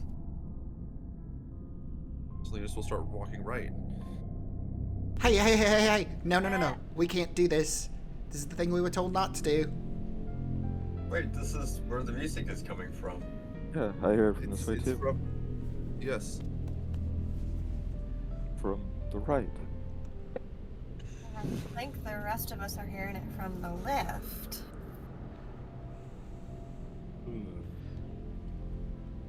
Anybody want to roll to try and persuade the other side to go the direction they want to go? Zidri will say his piece and then I'll roll persuasion. All right. If we are functioning as a group, I think that it would be great if we went ahead and did a vote. And then that, based on the majority, we can go ahead and go in that direction. All right, give me a persuasion roll.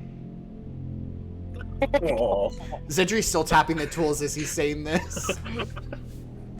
Well, I think that in this case we have a majority of people that hear it from one direction. Oracle, what's up with the music?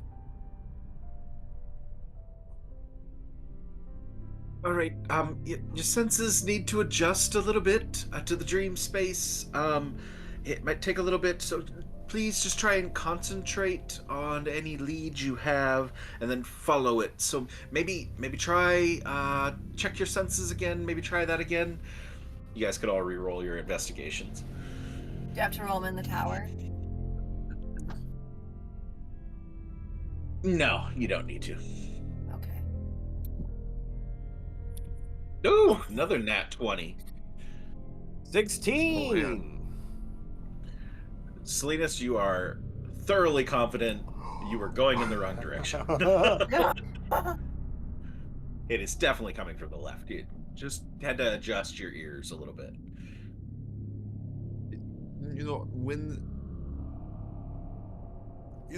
Like giving it a moment, I think that Alfred actually might be right.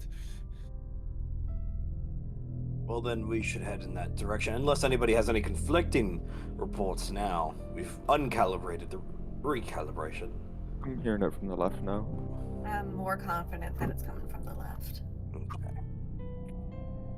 All right, as you head off to the left, following the sound of the music, till you find yourself in view of a door sitting out in the middle of emptiness.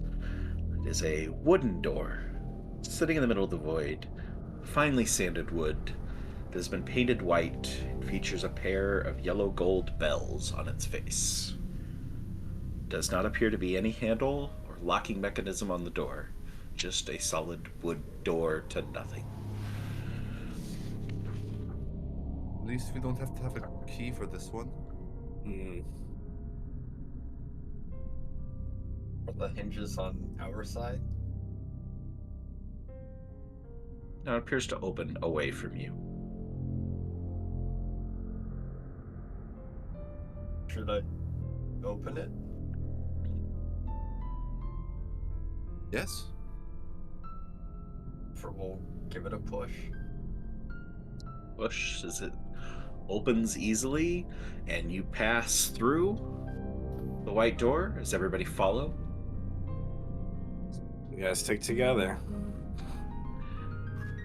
Alright. As you're passing through the white door, you immediately are almost blinded by the bright sunlight on the other side, coming out of this dark void and now being exposed to the bright sunlight, and find yourself in the middle of a very well manicured garden with marble fountains and vibrant flowers. Soothing sounds of the running waters from the fountains and the pools that they drain into, songbirds singing in the trees, and mixing with the subtle laughter and soft murmur of the numerous other people that are gathered around inside this garden with you. First glance, you don't recognize anyone in particular in the crowd, as they all appear slightly out of focus and faceless. But as your eyes begin to adjust to the bright summer sun, even you, Loden, your eyes adjusting, taking in each of these faces, you each start to pick out a few familiar faces in the crowd. Parents, siblings, friends, friendly acquaintances. And they're all dressed in their best formal attire, smiling and laughing as they enjoy each other's company, as well as some food and drink. Your attention follows the food and drink being shared and draws you to the impressive spread set out across several banquet tables. Platter after platter piled high with delectable foods from all across Witternacht. Meats, cheeses, vegetables, fruits, cakes, breads, candies, and even flan. The smell of the food filling the air, joining the smell of the fresh-cut grass of the gardens and the flowers blooming there, just give you a sense of peace and calm, and the sight of these familiar faces from your family and friends just further puts you in a general point of ease. You have the buffet set out before you. Picking through, you notice waiters and waitresses passing through the crowd and spot a bar just beyond the buffet line with a young female dwarf standing behind the counter filling drink orders for the many gathered there, who regards you with a wink and a smile as she continues with her business. And you also are able to spy beyond the bar rows and rows of banquet tables with chairs lining each side, most sitting empty, but a few familiar faces filling some of the seats. We'll give it a roll of the dice. Alfred, what are you doing?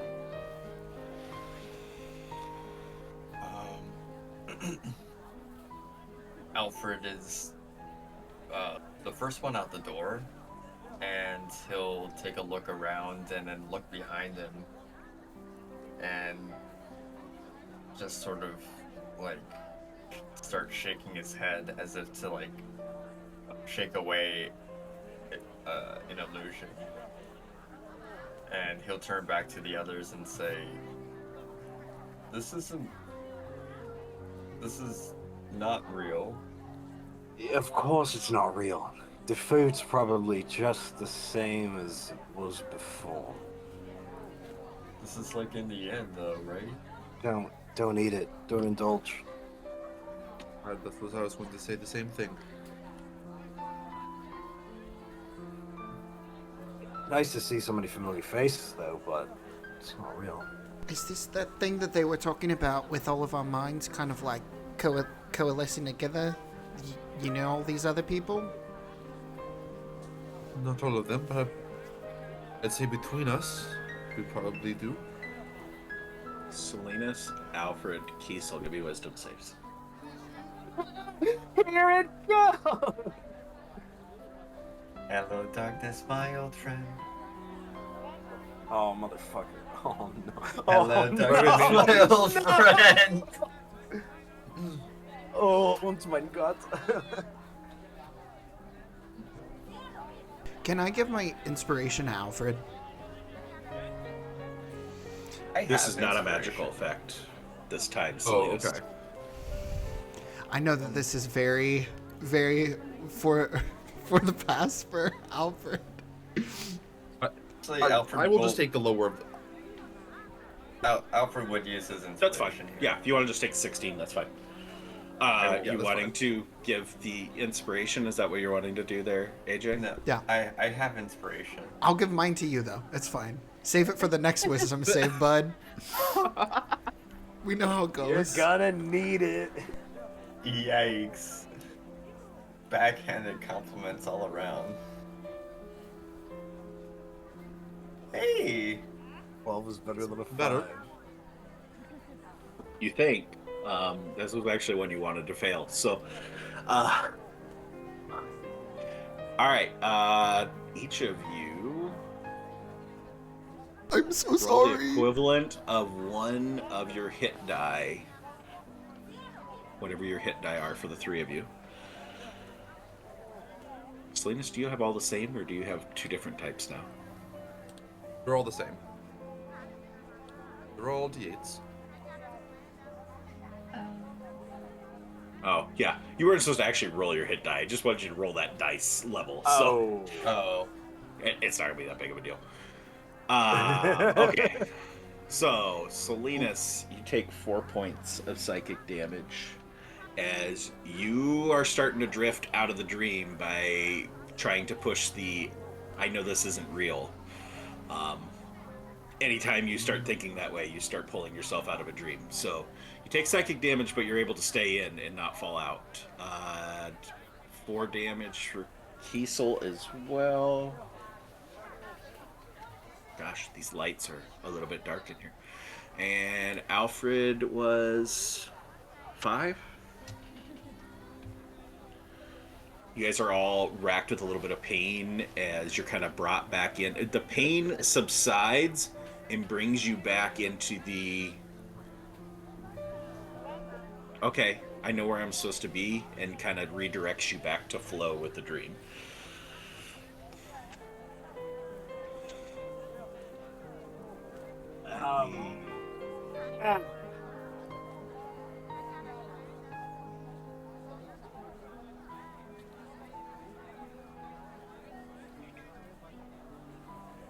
Salinas, what's your surface thoughts? Oh no. After that. Oh, fuck. Maybe we should eat the food? No. Oh, I haven't seen him in a while.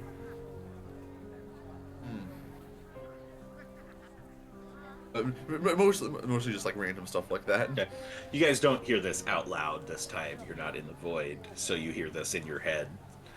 Salinas' thoughts, which is not 100% unknown to you to have Salinas talking in your head, but a little bit more less prepared and professional than his typical conversations with you.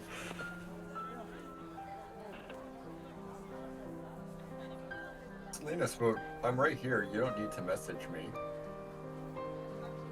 I didn't. Oh. Oh. Okay, so if criticizing, do we just? I guess like any dream, we just go along with it. Follow the This steps was of what the Oracle said. follow the steps of the dream. Let it flow us along. I would like to reach for an apple on the table, and take a bite. Tastes exactly how you expect an apple to taste. Not extraordinarily good like the food in the inn was. Okay. Just, it's a good fresh apple. Kind of gives you a sense of home. Give me an investigation there, Kiesel. See if these are Tellurian apples. Poison. How is Ed? it, Kiesel?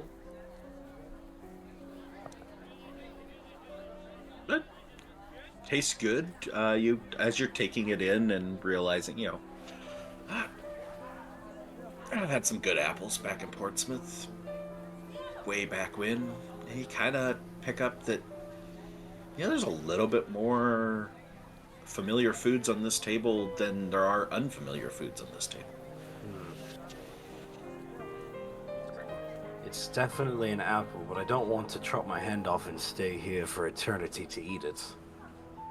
So... I appreciate your sacrifice and in risking the. Well, I'll look to Alfred at the things we do for science.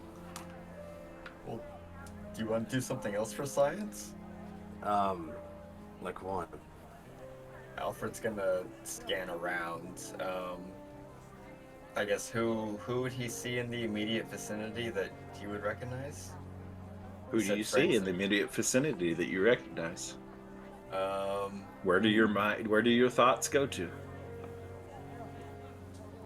I guess his sister. It would be the first person he would see. You see your sister engaging in a conversation with a few other Firehearts. Gather she is regaling with a few tales from her service. Yeah, Alfred's gonna turn to Kiesel and put a hand on his shoulder and say, "Do you want to meet my sister?" Indulge me. And Alfred will walk Kiesel over. Okay. So the two of you head off to go. Oh no! Fuck, wait. You're not terribly far. You're talking 15 feet, but you separate off to go do this. That's 15 feet enough? Lonan, off to the right, you spot the unmistakable appearance of Arlo, seated at one of the banquet tables just beyond the bar, across from a young human couple whose faces you cannot see as you're looking at the backs of their heads. And he appears to be regaling his victims with a tale from his studies, as he speaks to his audience, consistently looking to his left to someone or something seated next to him that you can't quite see as it lies behind the human couple. But the group all seems to be enjoying themselves, spurts of laughter and cheers as he spins his tale. Lonan is going to like start to take a step, pause for a moment before just kind of like speed walking towards him. Okay. Like dodging between people, just trying to get over to him.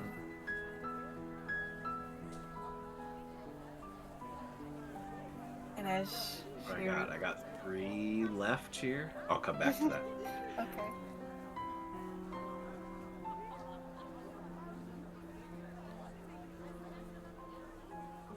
Cedric.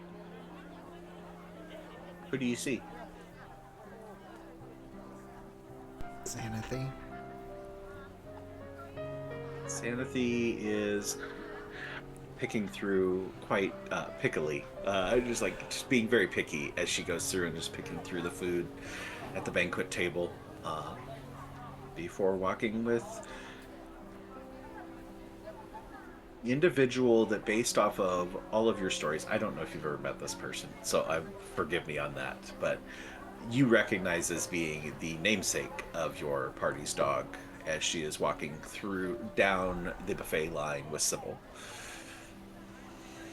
Yeah. Lonan was walking off, right? Yep.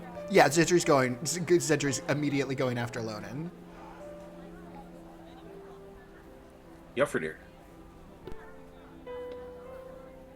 One of the first people that would catch his eye would be his father. Torsten is standing away from the main area, not seated, kind of just keeping to his lonesome, at least at first, before you see your mother join him, bringing a large mug of ale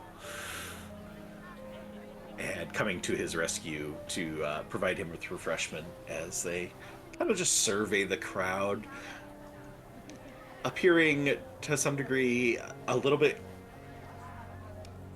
out of place with the rest of this group. Yeah, he'll slowly approach them, and he'll stop probably about 3 feet away from his father and give like a slight bow and putting his hand up to his chest. Hello, father. Okay. Go for And your then- heads off, Torsten. Salinas, who's your first thought of who you recognize in the crowd?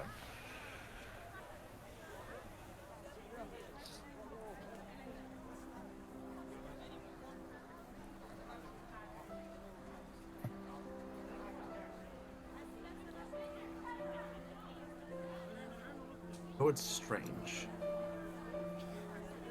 But I think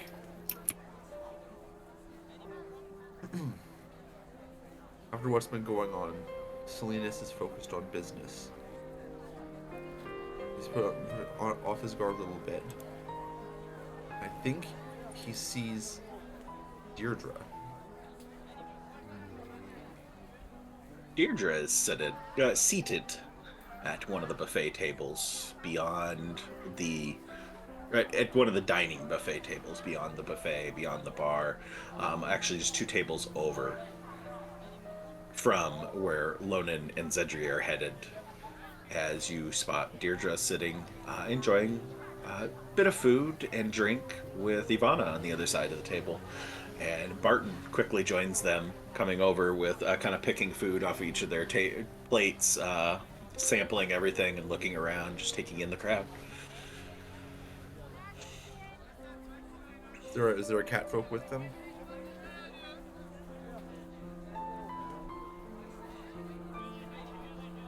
No.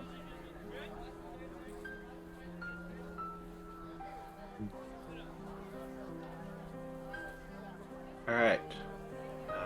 Do you go anywhere? Or just continue surveying the crowd as everybody is walking away from you to their various locations?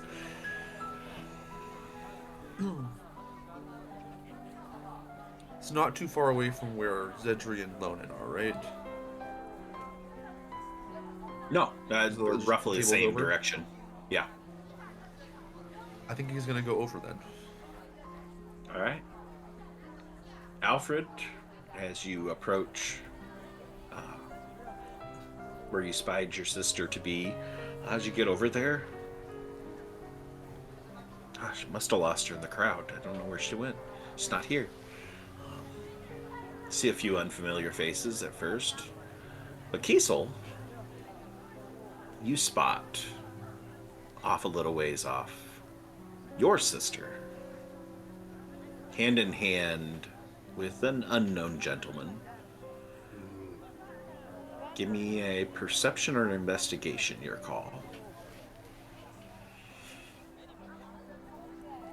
Okay, so I don't know where she went. Nice. Wearing matching rings made of woven reeds, like the one you've been carrying on your glaive. As they engage in a nice, happy conversation with a couple individuals you don't recognize. I think at the sight of his sister, one of his sisters, Kiesel would look around, and would there be anybody else that he would see? Alright, we'll come back to you. Lonan. It's you and Zedri, Zedri catching up to you. Zedri, any comments as you catch up with Lonan? I am grabbing Lonan's hand. What? I just, we should stick together, right? And he'll kind of like match up to her like shoulder so that we can walk beside each other. Yeah, we should stick together. Sorry. And she's gonna keep walking towards Arlo. As you get closer and closer to the table, what are you looking at? Just staring at Arlo? Eyes are focused on his face. Okay.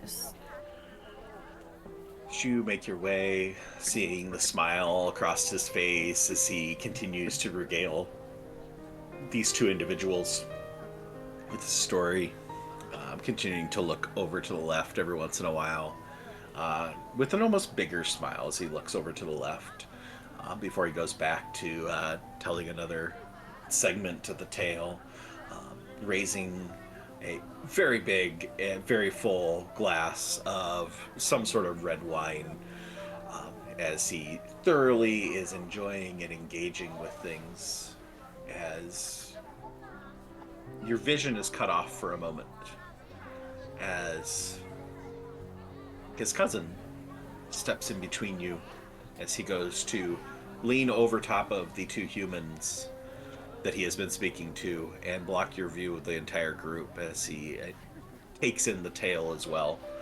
seemingly either enjoying the entertainment that Arlo is providing or saying something to Arlo that you can roll a perception check, see if you can pick up what he says, if he's saying anything.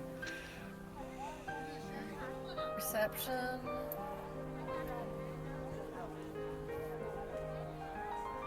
Rolled right over that 20 to that unfortunate 18. My gosh. Yeah, how terrible. With an 18, you only are able to pick up a subtle murmur as it's a quick comment. You don't quite pick up exactly what he says. You continue to approach. Yes. And as we're getting closer, she's gonna call out to Arlo.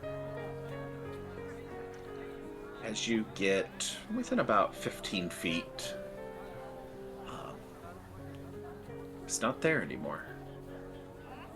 None of the people that were at this table, they've all disappeared, and you catch a glimpse for a moment as Arlo is walking hand in hand with a small child, roughly probably 5-6 years old, as they are walking down, but they are now 60 feet away from you, walking away up towards the far end of the banquet tables that they were seated at before.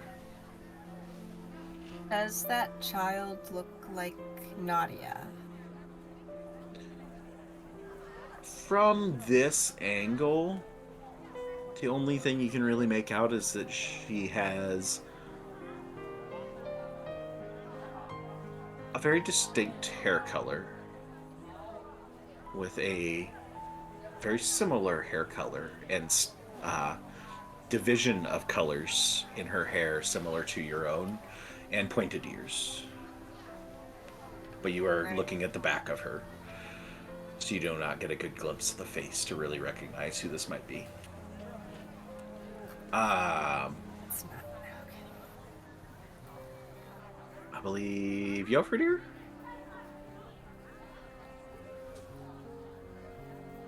As you make your way over, go over to approach, and you get ready to go into your bow and say greetings to your father, as you come up, look up, and prepare to rise. It's not there. Looking around, you catch sight of he's seated with your mother and brother at one of the tables, a good 70 feet away. Do I see any of the other party members? Actually, looking back in that direction, you do catch sight of Zedri and Lonan kind of looking a little bit confused off down towards the tables. Zedri, you have no idea what's going on. And Selena's fast approaching them from behind. You do not catch sight of Alfred and Kiesel immediately. If you want to look for them, you can make a perception check to see if you can find them. I think seeing the three of them more or less together, I would approach them. Okay. That way we have the majority of the group together. Okay. Selena's, as you catch up to Zedri and Lonan, who have now stopped at the end of one of the tables and appear to be just looking off into the distance, you notice that the table you were headed for with Deirdre, Barton, and Ivana is now empty.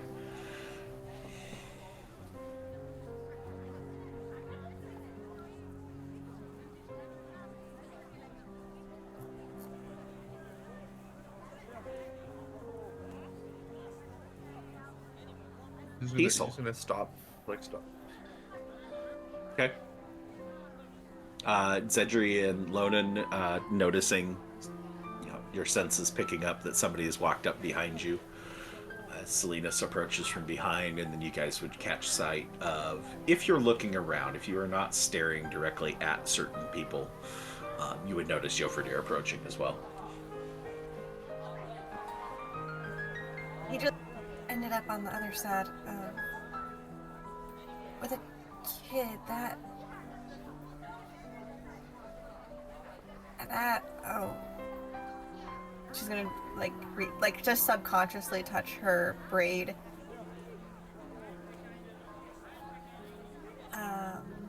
Oh, Selena's.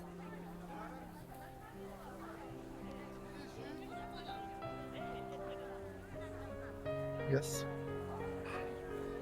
Are you alright? Yes. This is. A lot? Yes. One could say that. Jofridir, what are your surface thoughts right now? First it would be, okay, there's some of the party. We need to sit together. But then it would go to home.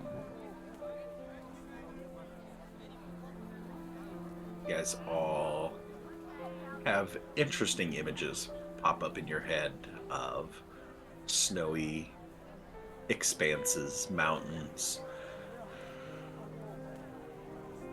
places none of you have ever visited. But a slight resemblance for Lonan to something you haven't seen in so many years. A very similar landscape to home, your old home. Kiesel, as you are scanning the audience, scanning this large crowd, and taking in the sight of your sister with some individual, it really immediately kind of just like, man, everybody is in formal attire. You are severely underdressed. You haven't flashed your cloak into anything special. And as you glance down, look at your outfit, wait, yeah, you are dressed to the nines in full formal attire. Long ivory surcoat stretches down to your knees, carefully stitched with this immaculate pattern of gold thread in various shapes and patterns, with particular emphasis on sun symbolism. Below your surcoat, long white slacks that, as you survey them and kind of just like, move your feet around, checking out your shoes and whatnot, notice that these are very plush, very comfortable. It's like pajama pants. And it is a comfort you have not felt in clothing since before everything went to shit. Below the pants, golden yellow slippers. It's like Exalted this is Platypus amazing little asks, formal "Where's pajama Cybil?" party here. Just a very thin layer of separation, and that's about all it does. It's just you can get the texture of the grass poking up at your feet from underneath these soft golden slippers. This is gaudy, but Thanks, Exalted Platypus. Sybil's sleeping back at the Oracle Tower. we did not give any other doggy dreamy juice. Dog Yeah. is the dream juice would be poisonous to Cybil, so she didn't drink it. But the namesake for Can you imagine Sybil's what there. that would be like? Sybil's dreams mixed in with your guys's. Yeah. Mm. I'll look down at everything that I'm wearing, and I'm just like, I don't really know if this is my style. It's very gaudy. But You God, recognize this as being very common wedding attire in Teleria. And peering out at the rest of the party, Alfred at your side, you notice that everybody is in formal attire in your party. And Alfred, since you are right next to him, what are you wearing? Who are you wearing tonight? Who am The I fashion wearing? part of the session. Belladonna Versace. My favorite part. Oh, if we're in wedding attire, Alfred would be in first a very fitting black robe with a red sash that comes over his neck and comes about halfway down to his waist, ending in a point. Not a point, sorry, sort of an upside down flames. And his pants are also a dark charcoal black, with little red insignias or inlays throughout to give it a little flair. Akin to Kiesel, he has very thin bedroom slippers. They are actually like just plain white. Or if you look closely enough, slightly gray. And then on top of his head, he'll have what's it called? Sort of a crown that just sits on top of his horns and just sort of like has flares coming down from it, and a little red sash.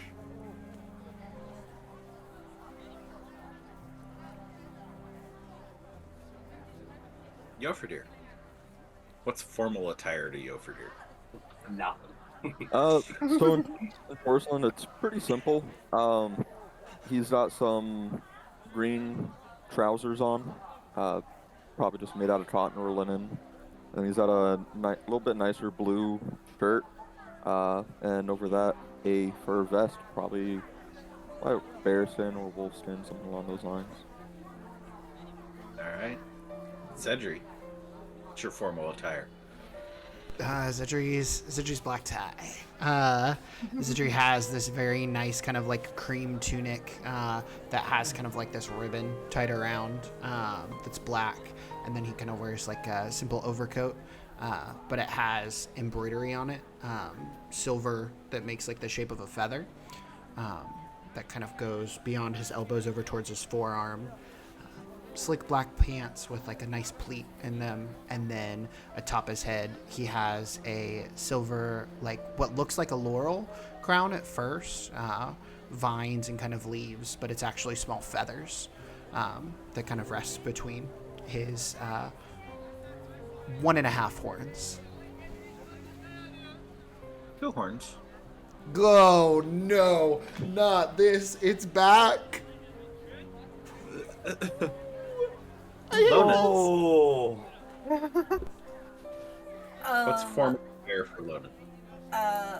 Lonan's formal wear, it would be this long gown, no train, kind of Regency era style. So it's the high waist, the kind of short sleeves, it's in a dark turquoise color, and there's some floral embroidery along the hem and then on the kind of thin belt under her bust line. She's wearing a just small gold necklace, and her hair would be kind of done up more in like a kind of like braided bun. And then obviously she has her gold ear cuff also. All right, Salinas, round us out. What's Salinas' formal attire? Salinas is in a flowing white shirt. Cuffs are embroidered and beaded in golds and reds and geometric patterns. Covering this billowing white shirt is a more tighter fitting vest with very similar patterns of embroidery. Cloth of gold woven into it, beads of precious gems and glass form this kind of tight fitting tunic that flares out at the bottom. Wrapped around his waist is a belt made of silk. Once again, kind of with slightly kind of more hanging beads as it goes along and towards the end that kind of clatter together slightly as he walks. More plain, kind of cream pants, with similar to the cuffs on the bottom cuffs of his pants. No shoes, as like he normally wears. And from his horns, like angles of gold all the way down with hanging bits that whenever he turns his head, again, it like jingles slightly and clatter. The beads and chains and discs kind of clatter together and make noise as he walks.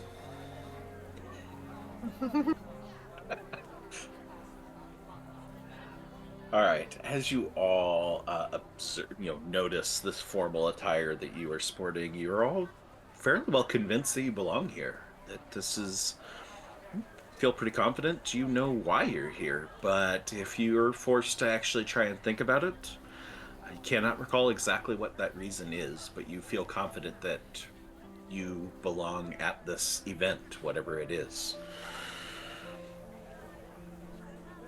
Alfred. From behind you, you hear a familiar voice behind you ask,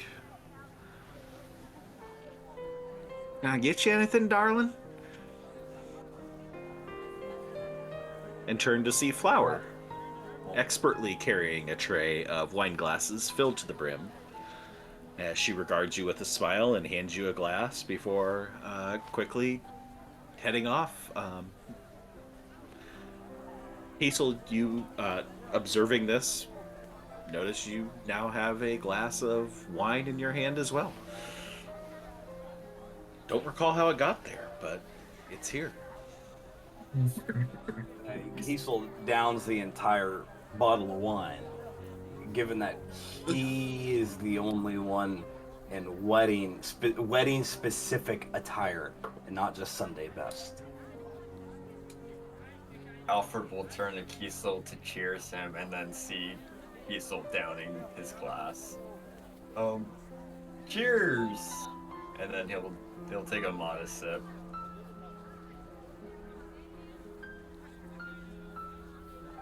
It's a very good, semi-sweet wine.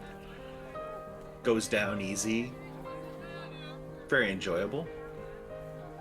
You feel a little bit at ease, but no ill effects of the alcohol. A quick question. Sure. Is Lonen's scars, like, that are along her arms, are they still there? Are they still there? I mean, she's had them since she was a kid, so yeah. Don't really know yourself without them, Mm-hmm. so they remain. Yeah, so you guys would see below the little puff sleeves is on her right upper arm, there's a huge burn scar going down, and then just various other scarring and stuff up and down her arms.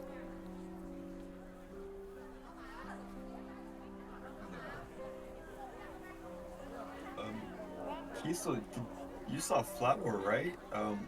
I lost where Alana went. I wanted you to meet her. But Yeah, I don't know.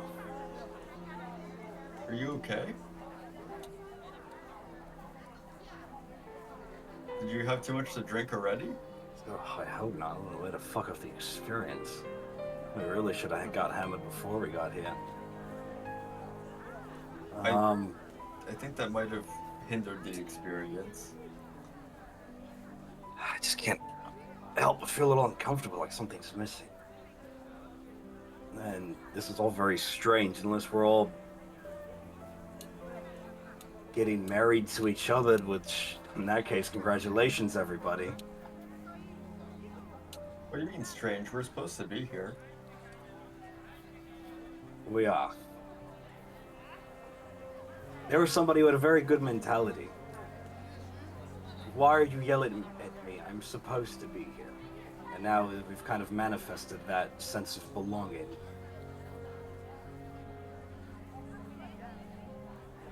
Well, I'll hold up my empty glass. Congratulations to getting married, whoever. As the sun begins to set in the east, your attention is drawn to it. Bright enough to make one wince, but you don't. It's almost comforting.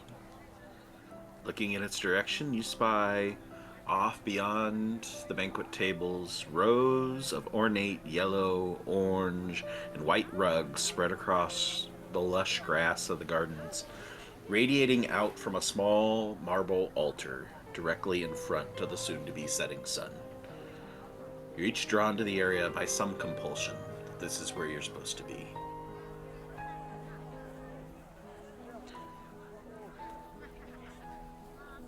Salinas, you, along with Zedri and Yofredir in your little group, are drawn to the altar area. Alfred, you feel a very similar compulsion. Do you fight the flow? Or do you follow the I compulsion? learned my lesson. Yep. We follow. Am I still holding Lonen's hand? Are you? I didn't plan to let go, even as she was jerking around looking for Harlow. I mean, if he's still... All of this has been jarring enough to her, so she'll be holding his hand back. Okay. Then Zedri's just gonna kind of like, he's staring at the ground for the most part, I'm gonna like rub the back of his neck a little bit and just say, hey, so my parents always told me that it's really nice to like socialize at things like this, but if I can just stay with one person, that would probably be best. Would you just stay by my side? This ain't something I'm used to. This is far from anything I've ever known. I got your back. And she's gonna give your hand a reassuring squeeze. And with that, Zedri will go ahead and, in a twist, in a turn of the tables, he will go ahead and lead Lonan towards the altar. Okay. Salinas, you're kind of leading the way as Alfred is filtering over towards you and Yofredir. Kiesel just watching as everybody goes away, but then a short moment after feeling a compulsion to head in the same direction. Lonan, as you reach the edge of these the ornate rugs that are set out, you spy Arlo again as he looks towards you, the first time really regarding you in your chance viewings of him to this point. It just kind of motions for you to join him over there. Zedri, you feeling an opposite compulsion to go up towards the altar away from where Lonan is, kind of like as you guys start to pull at each other's hands, but still holding. Oh, this is painful. Zedri will turn back over his shoulder, and he looks extremely uncomfortable as he just has pleading eyes towards Lonan. And Lonan looks equally as uncomfortable.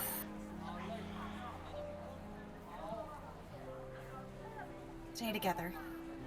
And she's gonna kind of turn and like give Arlo a wave to follow her. But she's gonna stick with the guys. As Arlo shakes his head in response to your subtle beckoning for him to join you, you watch as the small child that you saw before kind of crawls up over his shoulder, peeking out over top, and looks over at you with a big smile, and just in your heart, you just feel, this is your child. This is that.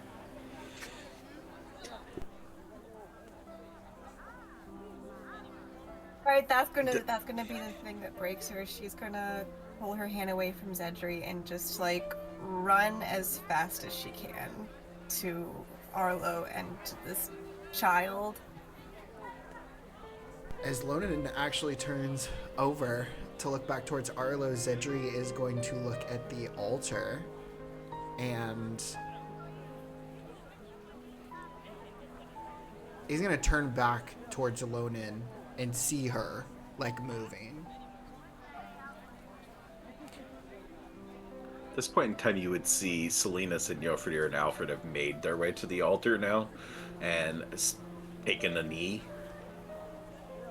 stepping out away from the altar to the right of the altar. Salinas first, followed by an empty spot that you feel compelled is your spot, followed by Yofredir and then Alfred. He'll let Lonan break the grip, and as she runs, he'll just look down back at the ground and say, yeah, no, we can just meet back here, that's fine. And then he will turn and head after the others.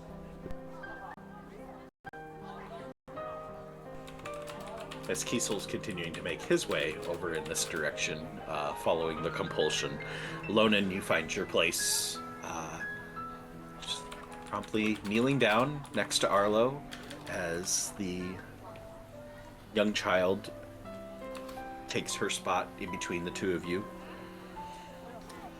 putting a soft hand on your shoulder, your left shoulder, as she whispers up into your ear as you kneel down, "I love you, Mama." I love you too, little one. She's gonna give the little girl a kiss on her head, and she's gonna lean over and give Arlo a kiss on his cheek and say, "And I love you so much." Love you too. Did you see the groom anywhere? Groom. Yeah. Groom. And your eyes are immediately go to Kiesel, who is moving his way over to the altar as he goes and promptly goes down on 2 knees right next to Salinas. And Salinas, you feel compelled to put your hand on his left shoulder in a sign of reassurance. Yep. Yeah. I know what's happening. It's definitely his wedding day. Oh. And Kiesel, looking down the center corridor that goes amongst these rugs that radiate out from the altar, you see her. Oh. You would know her anywhere, even I with the would. delicate veil pulled over her face, preventing anyone from seeing her until she can reach your position. A veil bearing the image of a golden sun as large as her face, spreading out in all directions, as she begins to step between the crowd of onlookers, kneeling on the rugs, and makes her way towards you. Her steps slow and sure. Am I still compelled to stay? And to This is sit where you put? belong. Do I? You can fight it. That's just where the flow's taking you. I'm talking about kneeling and sitting still. Is that where it leads me? Mm-hmm. Fuck, okay.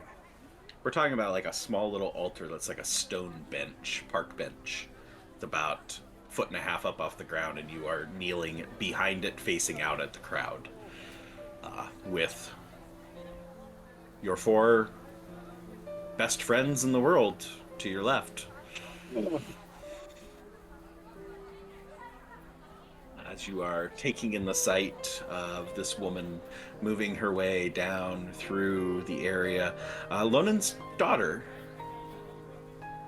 giggles so loudly that all of you look towards her, regarding the happy gesture from the child, shifting your attention before you look back to the woman to find her being led away from you by a large man in full military armor. Kiesel, you immediately know this to be General Cecilius, as he has just stolen her away from you again. You are no longer feeling compelled to stay where you're at. What do you do? I run. I run. What about the 4 to your left? As you see Kiesel bolt and go running, what do you do? Not a half step. Salinas is always gonna chase. Is always gonna chase Kiesel down. All right. Runaway groom, we gotta chase him. Go for it. Yeah, I mean, we all gotta chase them. We all gotta sit together. Alfred? Yeah, not Okay. a half step behind. All right. As Kiesel goes darting down through Lonan, you're watching as the groom is now running back down through the center of this sanctuary of sorts, ceremonial location, and watching the other 4 immediately go darting. Something is clearly wrong. Something is clearly out of place as they go darting off. Do you stay in the comfort of your location, or do you follow? Lonan is going to stand up, give Arlo another kiss on the cheek. I gotta make sure she's alright. Because making sure that this woman who is here for a wedding and is being led away from the obvious groom doesn't sit right with her. And so I gotta make sure she's alright. And she's gonna follow them.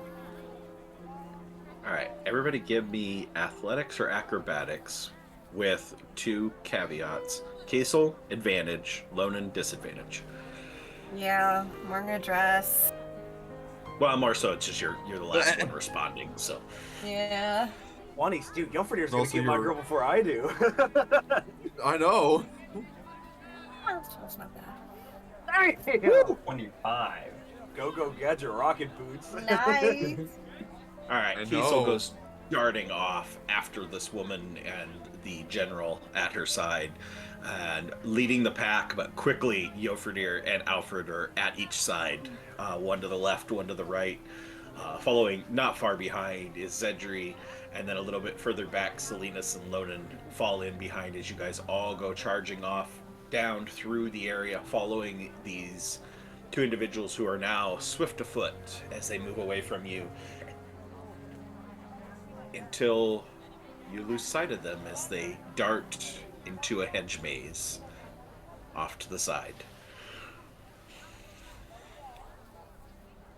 Kiesel. Tracking right behind, think you're just within grasp before he disappears into the hedge maze in front of you, leaving you behind, looking in all directions as to where did he disappear to, as he goes from being within grasp to being gone altogether. You know he's in this maze. Everybody give me survival checks as you enter the maze. Boy. Is the can I ask a question? Yeah. Is the Always. maze, does the maze have a top to it? Can't tell from your vantage point. The hedge is over 10 foot tall. I can't tell anything. Oh. Yikes. Alfred's gonna get lost. Rough. Fuck yeah, he is. Oh no. So you head off I'm into the actually- maze. I'm gonna reroll with my inspiration. Wait, you might have wanted to fail that one.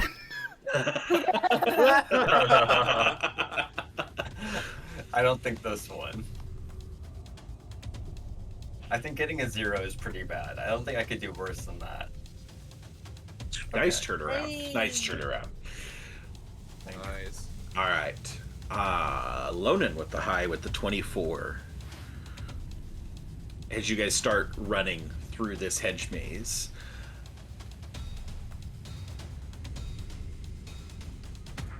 everybody turns left. Let's see, what order were we in?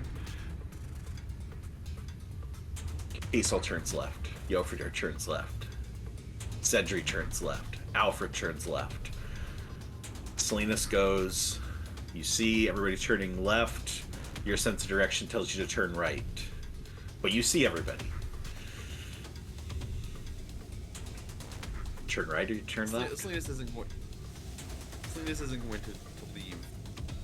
Okay. Leave people behind. Like leave the group behind. Lonan following up quickly behind you gives you a quick reassurance that everybody's going in the same direction. It was probably the good call. She's You gonna continue grab. to move through. She's gonna grab his hand as he's like kind of pausing to turn right. She's gonna grab his hand and pull him left.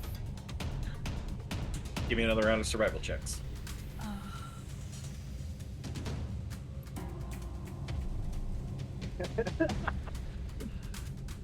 Everybody redo survival? Yeah. Okay. Yeah. Oh boy. Dios mío. Oh god. Alright. Kiesel turns right. Yofredir turns right. Alfred, you're right there with him, and you turn left. You're running alongside them. Quickly realize they're gone, and they are out of sight.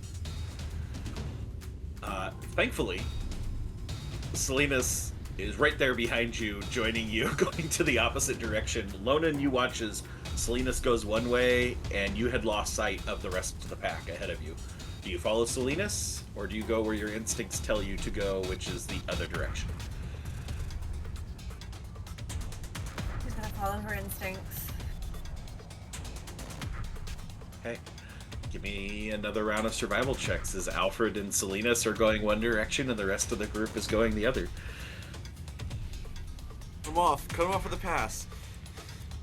4. I doubled it. I'm using my inspiration. We're burning through them tonight.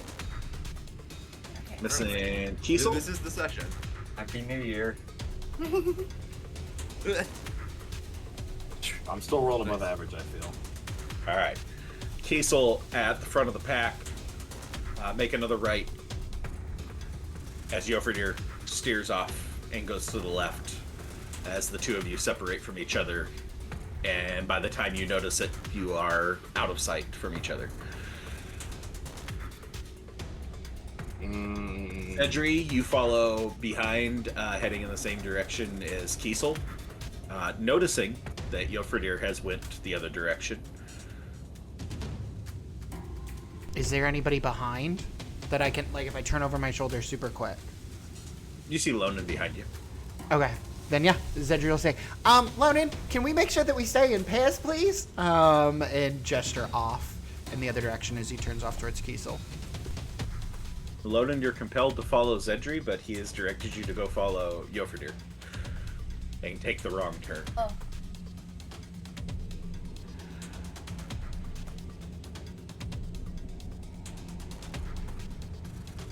She already knows the other two are in a pair, and these two are in a pair, then yeah, she'll follow you for dear.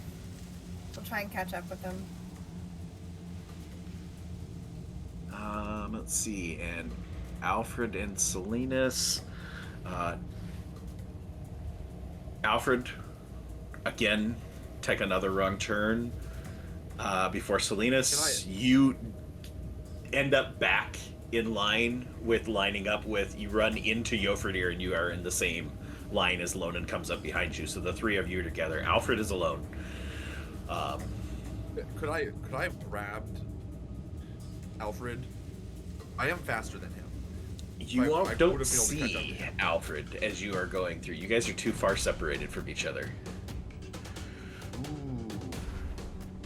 Okay. All right. Yeah. Let's see. Is that the third round? Yeah. Was. Okay. Kiesel, Cedri, reached the end of the maze, successfully exiting it, but empty-handed. But there is no sign of the other four party members. The four party members that are still in the maze, give me survival checks again.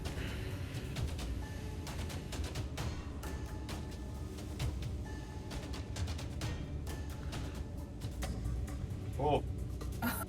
All right. Jofridir, you feel like you got the right track. Salinas, following behind, you're compelled to go one direction, but Jofridir's right there with you. Going forward, or Is Lonan ahead of me or behind me? the three of you are all together at this point. And Lonan and Jofridir are heading one direction, and you feel compulsion that the right direction is away from them. Do you follow them, or do you go off on your lonesome? Or do you attempt to persuade them to go the direction you're going?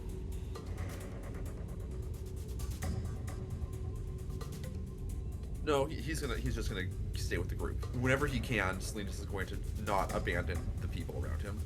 Okay. Alright.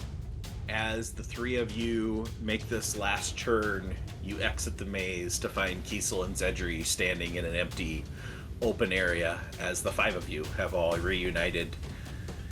Alfred, you are thoroughly lost in this maze at this point.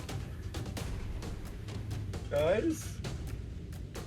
Something reaches out of one of the hedges and pulls you through the hedge and back into the void. Hello. Oh no.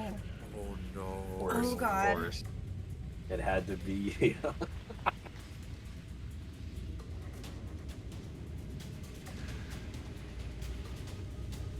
All right. As the five of you look around, realizing Alfred is missing, what do? I'm just gonna scream "fuck" Oh. at the top of my lungs. Salinas is going to, if he reaches into his bag, does he still have all this stuff in his bag? Yep. Salinas pulls out a rope, a 100-foot rope, ties it to his belt, and hands the end to whoever's closer to him and runs back into the maze. Okay. Lonan's probably the closest. She'll take it. Okay. So as Lonan holds onto the rope and prepares to be your guide to come back, as you breadcrumb your way back through with a rope, you re-enter the maze, and you are all shunted back to the void, separated, 5 of you in one group, Alfred alone in the darkness.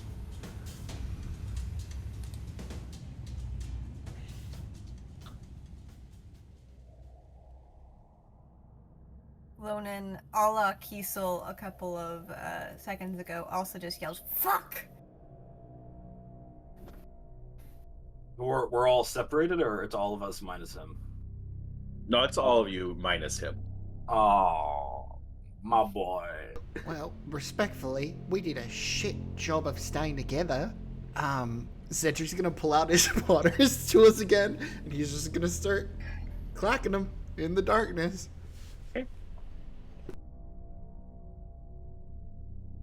Alright. Alfred, give me an investigation. Cedric, give me one with advantage. Yep. Cedric. Kiesel. Salinas. Danny's doing a lot of work. Takes a Real few clear. moments. And Alfred, you start to pick up the sound of the potter's tools again. And start finding your way over to the rest of the group. As all of you reunite. Everybody give me perception checks. As we find ourselves back in the void. Just like rollies against each other. It's like who can get the highest perception check. Damn, Lonan. Holy crap. 9 times out of 10, it's gonna be It's Lonan. gonna be Lonan. Yeah, I mean, that plus Yeah. 10. Cedric I- plus 7's not bad. Do I even need to bother rolling? Yeah, with that? honestly. Lonan's probably gonna see it. Alright, as you all reunite in the void after the events of the wedding reception and the chase through the hedge maze, back together again in the nothingness that is the void. Lonan, you spot a torch flickering roughly 100 feet away from you. Then another one, and another one, and another one. All in a line, moving to the left, up and away from you. Lonan will point it out to everyone. Should we follow? Do we have any choice? I guess not. Might lead to something interesting. It worked out so well last time for us, didn't it? Hey, Oracle, what the fuck is going on? So, what did you all see? I'm sorry, I lose connection when you actually get into things. I really only have contact when I'm here in the void. But, I think we lost one. No, we have. no, Then I Alfred. think it's got 6 Yeah, but- minds. No, I lost one. What the fuck? No, so all we did is revisit Kiesel's trauma. I thought we were supposed to be getting answers. No, I mean, no offense.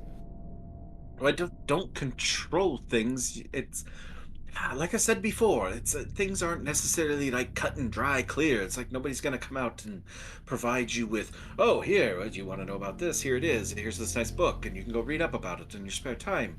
It's a matter of picking up cues and symbols and ideas from the things you see. everything gets a bit commingled in here and jumbled. You may be seeing things mixed between the past, the present, the future that might be, the future may never be. I don't know in particular what you saw, and obviously I don't know you much more than what I'm picking up from the drift. So I can't say what anything might be, but hopefully, as we progress, I can start to put together maybe a few things, a few tidbits of information that, when put together, maybe gives you at least the outside. So have you ever done one of those, like, where they cut up an image and put it into, like, lots of pieces, and you, like, have to put it back together? I think they call them puzzles or something like that.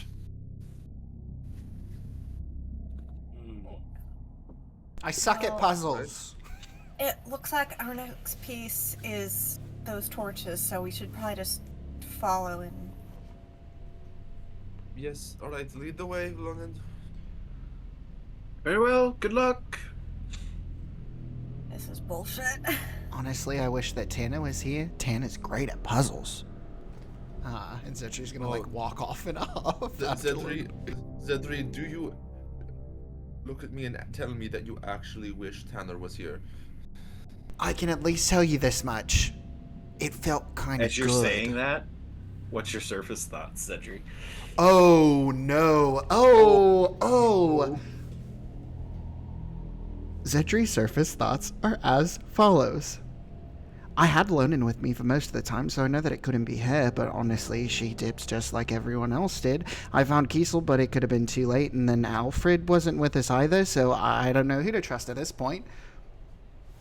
As you all hear this echo across the emptiness of the void. I'll turn to Zedri. You... What is your fucking deal? What, can you possibly fault me for that? No. But still, what the fuck is your deal? We have done a horrible job of keeping together, and so if that's what I'm feeling, it's perfectly valid. Maybe we should all hold hands. You know, actually, I'm sorry, are we supposed to be following the dream? In the dream, I couldn't go up there with y'all. That wasn't my role to play. I agree, it was stupid of me to let go of your hand, but Well, let's play with the rules. Salinas, do you still have that 100 feet of rope? I mean, we could tether each other. Well, I don't know, if we get called to another fucking wedding, then maybe that won't work so much. Look, let's all try to keep eyes on each other. Or if you feel compelled to leave, then verbalize that. You know, you all are a bit of a mess. You hear a voice that only one of you recognizes. As an elven individual steps out from amongst, like he's coming out of the group and steps forward. Alfred, you recognize this individual from a few talks in your mind. Ever since Lady Katish's. Really a bit of a mess. I think we're supposed to follow the torches. It should be simple, cut and dry. Who are you? Oh, sorry. Introductions. Me and Alfred are old friends at this point. Name's Brevin, as he gives a polite bow with one hand out to the side. Alfred will give a big sigh. Hello, Brevin. Nice of you to join us. Yeah, it was a little bit of a surprise. I mean, just following along behind, and then suddenly, whoo, hey, here I am. But, yes, rather liking being material a little bit. So, can I insight check that? What does he mean by being material? He's a material. Oracle, are you getting 7 mines right now? No, just, you know, I picked up a little bit, there was a little bit of static there with, Alfred, Alfred, you got a passenger? Right. Do y'all This is remember? new. Sorry, maybe I should have let you know about this. We were at a dinner party of sorts, and we met someone, and there was this big explosion that happened, and then I had a piece of a stone in me, and then now I talked to someone, and this is And Brevin. that would be me. Brevin, what year were you born in? Oh, jeez. Is this before or after the fall of Old Morrow? Or Oh, maybe Moral's fallen. Well, that's an interesting development. Oh, this Yeah, is it's fascinating. been a bit. Wait, hold on. Out of character, did we know this, or did he not disclose this with anybody? I don't think he's disclosed this I with don't think I anybody. disclosed this. I'll But look there at, were- I'll Not look, disclose this. I'll look at Alfred. What the fuck? Walking and wrong with talking, you? walking and talking. Yes, the torches. How do you bring him up? And he'll just. I think he's like a tapeworm that you eventually need to pull out of your asshole. Whoa. You need to back up off my friend. We have had a nice, lovely relationship up to this point. I have helped him out on a number of occasions, provided a little bit of insight into things. We're kind of working God that knows out he to needs the fucking exactly insight. Alfred, is this guy something really I'm your a little friend? bit good at. I Of mean, course, he's my friend. I mean, he hasn't I'm asking been- Alfred. I mean, he hasn't been unfriendly. Like, I mean, sometimes he makes things like comments that are a little rude, but I don't know if I would say he's hostile. No, wait, can we see the piece of stone that's in you? Alfred will, I guess, start unbuttoning his nice attire. But is the nice attire still there? Yeah, are we back in our oh, regular you're armor? back to your regular clothes. Nice. Yeah, no. So Alfred will pull up his shirt. I wanna very, very softly pull out my knife. I'm not going to cut. I just want to, and I'm going to just do like a think. I'll look back at Brevin. Do you feel that? Think. Oh, that's absurd. That's not me. It's my tether to this material realm. You guys proceeded to try and destroy all these things. Oh, you're a fucking ghost. In the Oh. artifacts. Interesting. Kill? Destroy? Because if I remember correctly, we were not supposed to destroy it. And he'll look directly at Salinas. Oh God. So, Dude. right, this is why I've been a little louder around places, and it's been this. Well, I mean, okay, so you're kind of an asshole, but do you do you need magic? Do you like it when he kills people? Do we need to exercise you out of him? Talk on being kind of an asshole. Well, he said you make rude Jeez. comments, and he's kind of like a kid sometimes, so please. Hey, wait. What do you mean by that? Kiesel just kind of puts his hand up. It's impression. It's impressionable. It's an impressionable thing. Okay, this is going nowhere. If you haven't noticed the wagons going with the torches, I think we should probably catch up with those. All right. I don't particularly care for the foggy void. Yes, me Yeah, you neither. know what, Whatever. Brevin? We That's a can great point. rehash this stuff when we're done. Rehash? We are hatching it. We don't even have enough to rehash. Cedric's taking out the necklace of Zephora from his bag of holding, like the amulet that has just this huge shard missing from it. And he's just gonna throw it at Alfred. Like a Pokeball? Can Alfred try and catch it? Does Alfred Sure. even see him throw it out? Yeah. Acrobatics. Okay. This was from Halloween last year, and it is finally like. She'll like catch it in his. Oh, like, damn. chest. You easily catch that. I'm Oh. so glad right now that I went back and I watched all the old episodes. Yes. Yeah. Yes. No, Salinas is walking away from the situation. He's just walking towards the torches. Brevin has quickly hopped onto the back of one of these wagons and is just riding away with the wagons. It's a tree. Holds a hand out for Alfred to join him. It's yours. I mean, I don't want it. I didn't want this in me. I mean, I can take the amulet. I talk to her, pray to her, yell at her sometimes. Ah! Hey, You you're get a laugh dead. from Brevin from the back of the wagon. I'll turn back to Brevin. You're fucking dead. What are you laughing at? We can have a lovely discussion about the metaphysics of it all and how this all and, works and whether I'm dead or alive since I'm here. I'm talking to you and I clearly still have a mind. Yeah. But, the wagons are leaving if you are caring to join. And we have been walking and talking this whole time. Cedriel, hop on a wagon. Gilbert will hop on too. He's alone So- as well. So will Lonan. And Alfred. The wagons continue down this dark path through the woods. Mostly enclosed wagons, some covered with cloth, others made entirely of wood. Horses pulling the wagons, as well as different individuals moving about, walking alongside the wagons.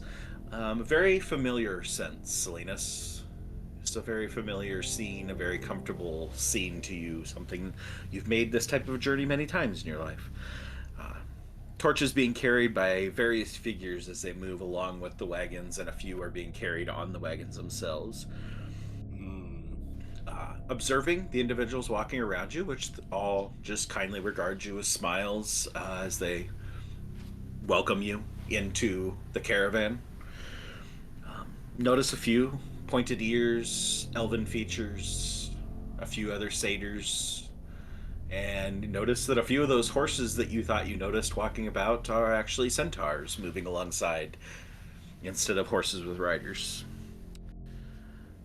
And the group starts to take up a little bit of a travel song, little chorus amongst them that Salinas immediately recognizes, but the rest of you can roll history checks like we did with the earlier one to see if you recognize the tune.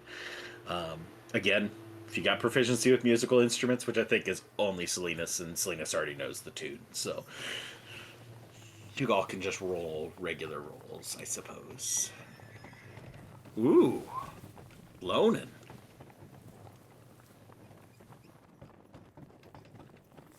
Lonan has an ear for music, I Alfred. guess. Lonan is the only one other than Salinas that recognizes the tune. It starts off as humming, but soon after turns into some tempered singing, not loud enough to alarm anything in the surrounding forest, but just something to pass the time as they travel. It's a sad song. It tells the tale of a lowly merchant and faithful of Noctalis, who gives everything he has to his family to ensure his children a better life than his own. But his son fails to appreciate the sacrifice and attributes his success to his own perceived natural ability, and shuns both his father and the god of shadow. In a display of extreme vanity, the son violates a temple of Noctalis and incurs the wrath of the Dark Lord. But the father, still holding on to the love for his son, trades his own life to save him. Not really a tale. It's not a song that originated with Salinas's,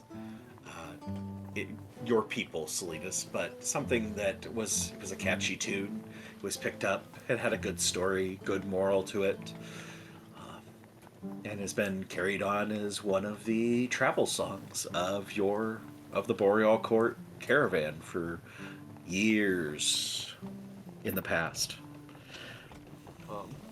Salinas would be singing along, I think, as the humming starts.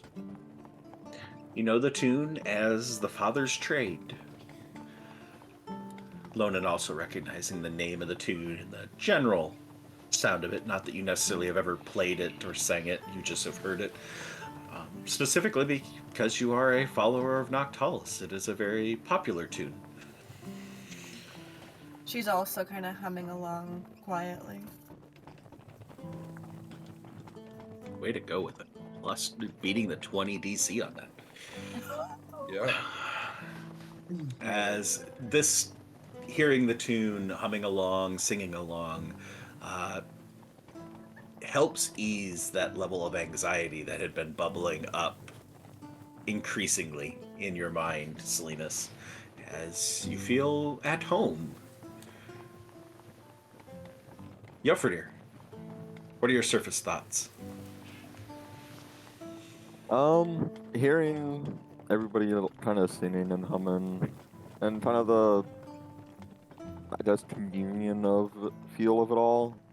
He'll think back to his times of, going on raids when everyone on the ships, they'd be singing to keep pace with the Roan and that kind of stuff. Okay. You guys all have flashes of these memories and thoughts, identifying them as coming from Jofridir as you continue the journey. I do want to apologize given that what we just went through. But I'm not going to. But I think you all will still get the sentiment from me being a little uptight. That being said, that's pretty cool that we have a hitchhiker who is born before recorded time, basically. It's not before recorded time, just before whatever this new... What are you calling the era? I don't know, something stupid. But if it wasn't for your country falling to bits, I wouldn't have a country. Well, I mean, that country can go to hell too, so what does it matter? But still, things have changed geopolitically. So it seems. If it makes you feel any better, we literally call this era after the fall of Moral. But I imagine that would probably be a fair thing to name an era after. It was a bit long in that reign, even when I was around. Anyway, does anybody have any food or drink? I have not actually tasted anything in quite some time. I am looking forward to whatever anybody has. I think Zedri has some Matana berry wine. It's very delicious. Good berry wine. No, good berry wine.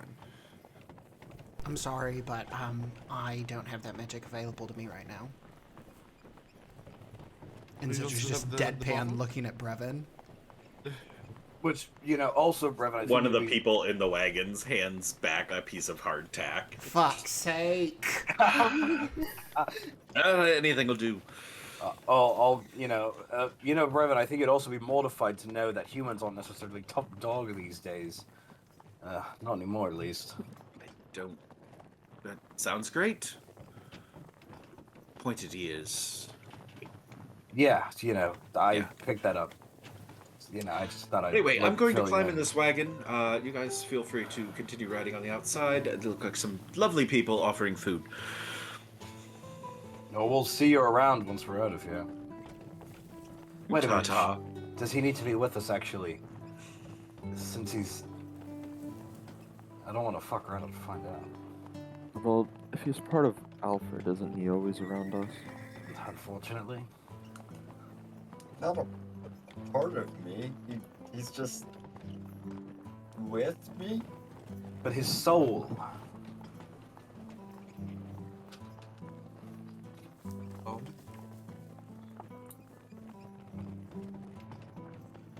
Salinas? No, go ahead. I'm sorry. I didn't know how to bring up Brevin. Cedri, I'm sorry. Please. It's fine. we're good. Fuck Brevin. I don't feel like we're good. Well, it was not the best that you had my thoughts right before you decided to go ahead and introduce him, because if they start pronouncing again, maybe there's a few profanities in there now. Just to be honest. But I know what it's like to be scared to share something because you don't know how it's going to be received. I could be mad at you all day if I wanted to, but that's something that I've experienced too, so I would just be mad at myself.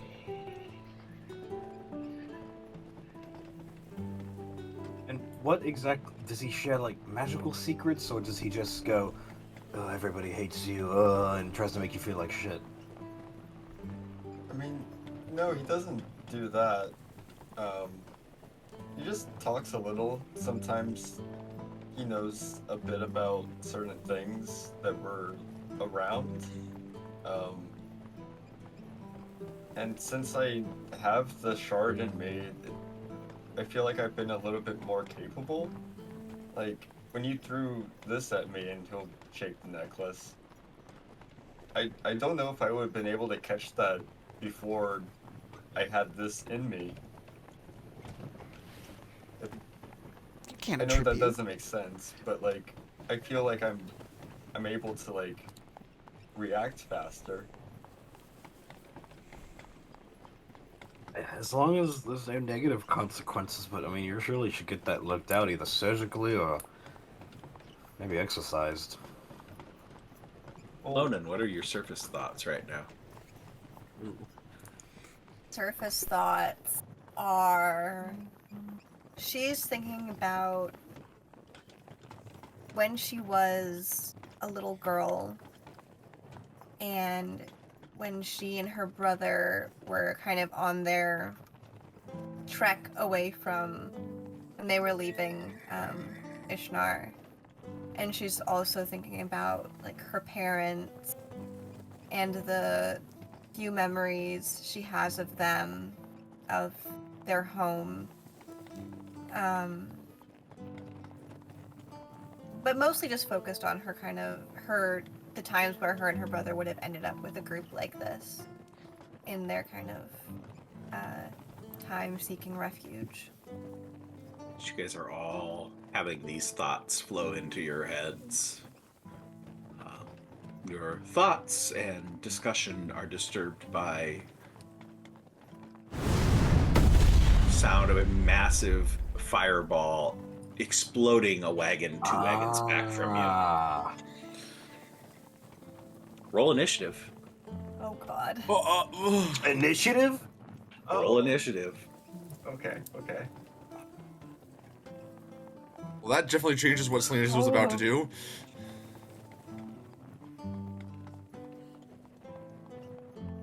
Did we see where the fireball came from? No, you didn't notice anything until the wagon exploded 2 wagons back behind you. The caravan screeches to a halt as this impact happens behind you, and sound of screams coming from that location as you see several burning individuals go running for wherever they think they can find safety as they are engulfed in flames from this massive fireball that has hit this wagon. You quickly see multiple other fireballs being hurled towards this caravan, and start to see riders and soldiers. Soldiers might be a stretch. Mercenaries rushing out of the forest towards the wagon train. And Yoferdir with a 20 on the initiative. As one of these soldiers comes running up to you, not knowing what he's getting into, what do you do? I'm going to rage to start. Roll me a d10. If it works. Roll me a d100. Actually, roll me another d10 and a d100. Ooh, 97. All right. 97. I love it. All right, you rage. And as he's coming running up to me, I'm just gonna grab my axe and do a big underhanded swing. All right, just roll the attack in the chat box. Oh, just go and underhanded cleave this guy in two, separating the top half of his body from the bottom half, as the top half goes flying back into the forest and the bottom half just crumples to the ground in front of you. There's another one coming. Extra attack. Yep. Oof. You lose grip on your weapon, and as you're trying to hold on, I'm making a DC 10 strength save. Oh, man, I was hoping you'd miss that one. Drop it to that one. All right. I could have fun with where that weapon ended up. You go swinging at this mounted soldier who's coming charging in with a lance. You go and you miss, and your blade almost gets embedded in the saddle of the horse and gets pulled away from you, but you are able to rip it through the leather bindings and pull it back to you. The individual with their backhand comes back around and swings at you.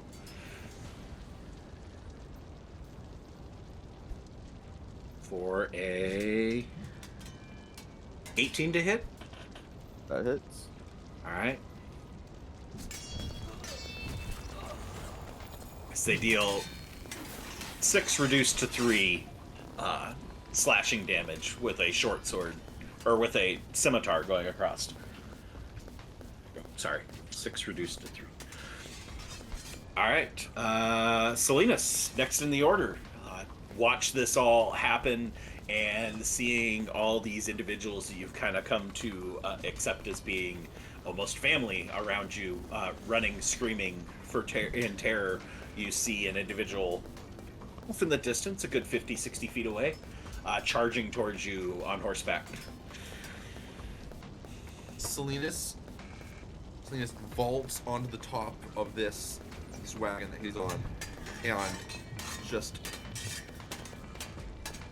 such a rage and panic is filling his body, and in just the biggest burst of light surrounding him, fire curls and coalesces into a ring, and this giant wall of white fire surrounds the caravan in a ring. Roll me a d10.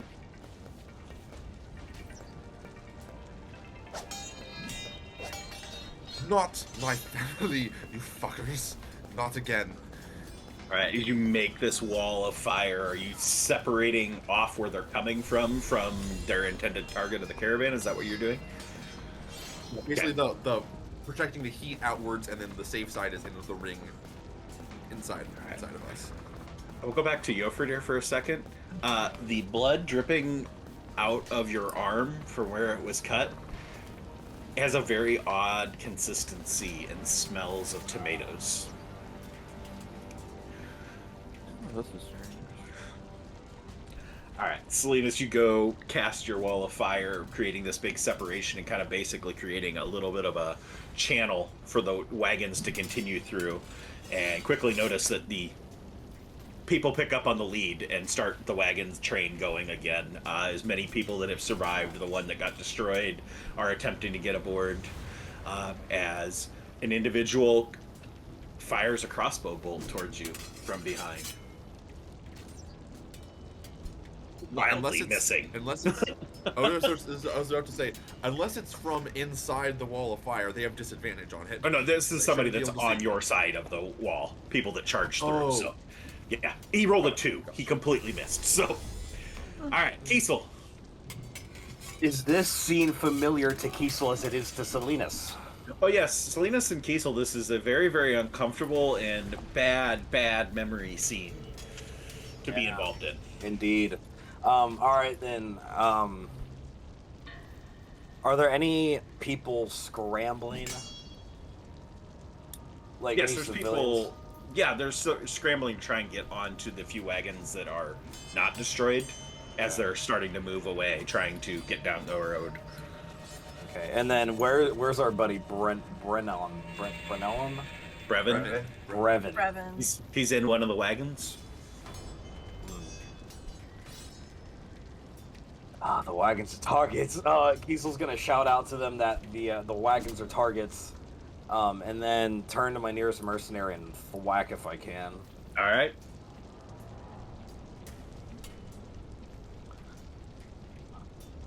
Face me, foul scum, for I shall be thy end. All right, you go and just cleave through this individual. Slumps to the side, cutting through into his heart cavity, through like just a perfect blow as you go through his rib cage, and are able to make contact that he just drops. Second attack. Yeah, if there's anyone else near me, I'm gonna hack, Oh, yeah. slash, and bash. Oh, jeez. 22 again, just like cutting through. You're able to like cut through, severing one of the arms that it's like hanging by half. The arm has been disconnected, the muscle's been cut through, but then cuts across his chest as he's just bleeding and coughing up blood and falling to the ground. Yeah, that's it. That's a full turn right there. As you do that, dex saves, everybody. Is the magic? And you have advantage, Salinas, yes. Can I use my Indomitable ability to re-roll a failed save? Or wait, do I not know it's failed? Oh, wait, shit, hold on. Oh, God.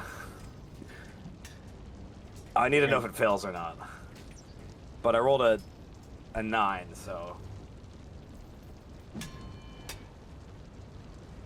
Okay. Oh, God, my new abilities, I forgot to use it earlier. Salinas saves, Alfred saves, Lonan saves, Jofredir saves, Kiesel and Zedri fail unless you want to use your Indomitable. Yep. Oh, there you go. Zedri. It's gonna hurt. Just take 8d6 fire damage. Yo. Now, does my resistance apply to this? Juice. So that'll be 39 reduced to 19. Math is fun.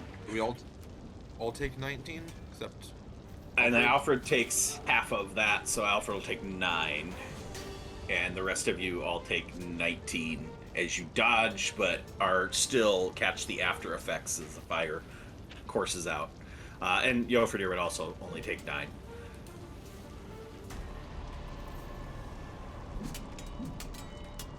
Alright, Salinas has got his.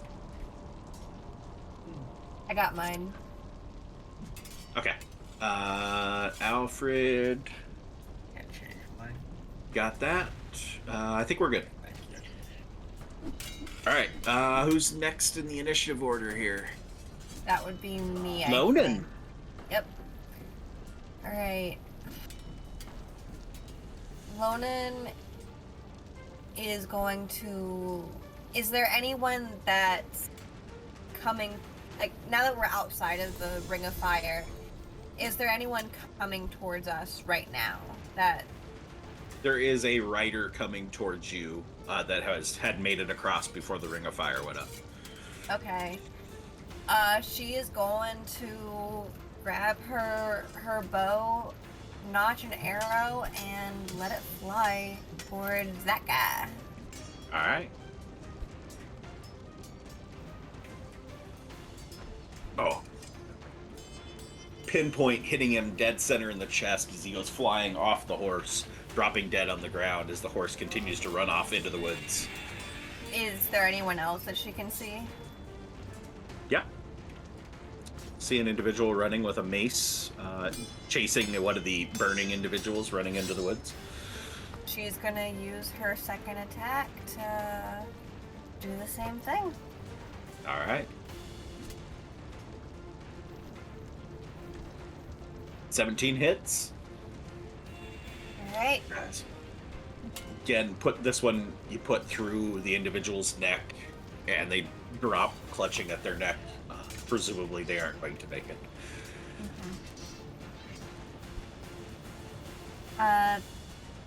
That's my turn. All right, as you finish your turn, a crossbow bolt comes flying in your direction. 19 to hit. Yep, that hits.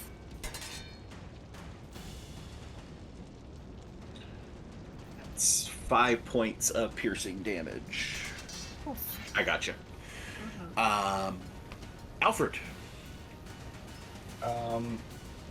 Yeah, how many are, I guess, in front of us? Or You're able to spot a couple that are chasing people as some of the people that could not get onto the wagon start running into the woods at the far side away from the wall of fire separating the enemies, and they're heading into the woods to the left. Okay. The wall of fire's blocking the right. And do I have advantage on these people coming up to the wagon? Yeah. Okay. Alfred will first take out a long cylinder and put 3 like little pods into it, and he's going to quicken spell Scorching Ray at these individuals as he runs up. Let's see. That's 1. That hits. Nice. You don't have to roll damage. They have 1 hit point. Okay. We don't have time to fight meat bags, so... That's 12. 12 and then, misses. and 8 misses. And as those 2 veer off, he's also running up to them and going to cast Leading Strike as he takes out his scimitar. Whatever.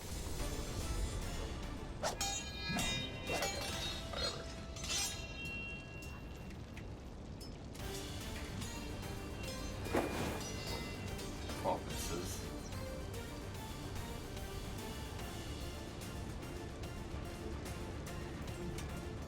Yep, 12 misses, 13's AC.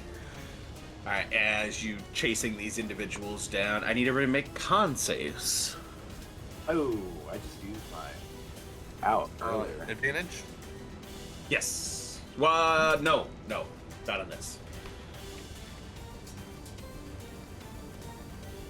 For Hardy. Yeah, who needs advantage when you roll an 18?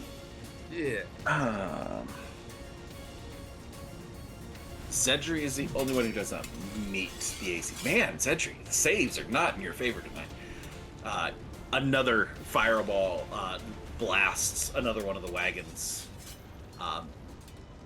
Presume there's some sort of a vantage point that these individuals must be coming from, as you guys all like shake off the sound of the concussion as it hits and explodes this wagon, except for Zedri, as you are deafened. Ooh, shell shock. And you pick yourself up off the ground, a little bit shaky, a little blood coming from your ear, and it's your turn. If I'm deafened, can I technically use verbal components or no? Yeah, you just wouldn't be able to hear yourself. Okay. Yeah, Zedri's just kind of like popping his ears. He is going to try to pull himself up on top of the wagon and scan and see if he can make out who's like commanding these forces. With where you guys are at, that wall of fire is preventing any visibility to see where they came from. All you can see is the few stragglers, or the few lead guard that made it through, which has been severely diminished. But you are aware, since Salinas has cast this before, that there is limits to how long this wall will stay up. Very true, especially if we're starting to get moving. So there's the wall of fire on the right side. Then there's some of the guard who made it through. There's the wagon caravan, and then there's people running off into the woods from the left. That are running off to running away from the wagon train into the woods because there wasn't room on the wagons. And now that we're down another wagon, there's even more people that are struggling to try and find some place to escape with. Okay. Zedger's gonna go ahead and take out his staff. He's just continually trying to like pop his ears and like opening his jaw. But he is going to go ahead and make like a streak, and he's going to go ahead and try to cast Tidal Wave to catch some of the ones who made it through. And I messed up and didn't make Alfred roll a d10 earlier, so you need to roll a d10. Okay. No, Alfred, you don't. Zedry does. We already went through it. It's fine. Okay. 4, you cast your Tidal Wave. Cool. Where's it headed towards? So I can change where it goes. Would it be possible to try to hit multiple within a 30-foot line? Yeah. Cool. What are they gonna do? Save? Yes. Dex save. 15.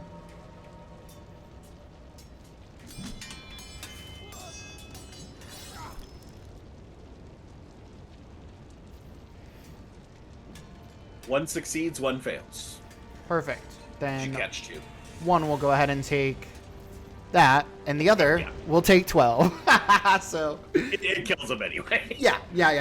One just gets completely washed away in the concussion of the wave. The other one thinks he's getting away and then gets pulled back into it. If I can only hit a few of them with it, I'm going to use the entire stretch to try to see if anybody comes through the wall, that their horses might get caught up in the slurry on the ground that the tidal wave would leave. But that'll be it. All right. Brevin leans out of the back of the one wagon that he's been riding in, which has been fortunate enough for his case to have avoided being blown up at this point. I think leaving might be a good idea. Alfred, want to get on board? Let's head off, get out of here before these people find their way through that lovely mess. Looking at your slurry of mud combined with the wall of fire. Yeah, we should get going.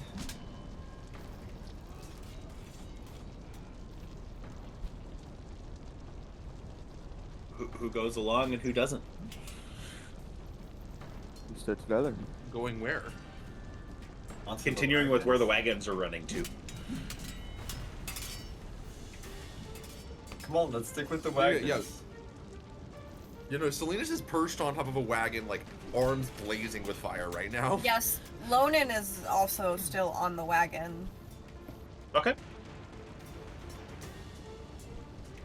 A different response from Kiesel as he returns to the land of the living. Yeah, It's muted. There you go. Kiesel ran behind a tree to take a quick PP break because of all the anxiety. But if everyone is moving, is there any compelling feeling to stay or to go, or is it kind of free flow? Most of the enemies that were on this side have been vanquished at this point. You don't really see any targets to go after. You can go pursue into the woods to try and get through, go around the wall of fire or go through the wall of fire.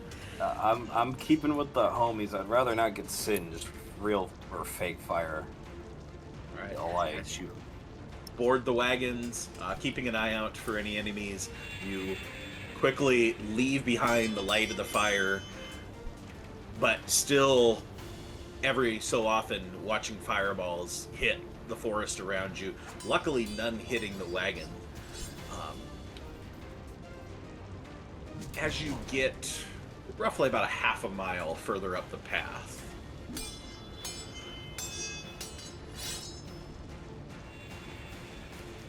Cedry, you see something up ahead. Something you've been avoiding for a long time. You find yourself face to face just to the side of the path, in front of an immense and ancient tree wreathed in flames as all the branches are engulfed in flames, and almost this just angry face of this ancient tree, easily well over 100 years old, that has just been torched by one of these fireballs and is just burning out of control. A fire so immense that not even the fire hearts with their control flame abilities could bring this back under control in a timely manner. The tree's giant gnarled roots spreading like veins across the forest floor and almost creating an inviting path towards its trunk. A path that beckons you to leave the wagon and head towards it. I would say, Zedra, you don't feel compelled to go to this. You've avoided this thing as much as you possibly can. But the rest of you faced with this. Kiesel and Salinas, a stark resemblance to an emblem on a door from long ago in the Dreamer's End Tavern. Ooh. Yeah. Oh. Salinas is, and granted, you can correct me if the dream has can shift this, but Salinas is fully in like a not an irrational state right now. Fair. That means you're really in the flow. It's true. I'll are we all off the wagons? No. Are you? No. I don't know. Thought we were all on the wagons. We're all on the wagons, right? That's what I asked. I'll kind of turn to Salinas and put my arm around him and grab his shoulder, and we're in it. We're in it.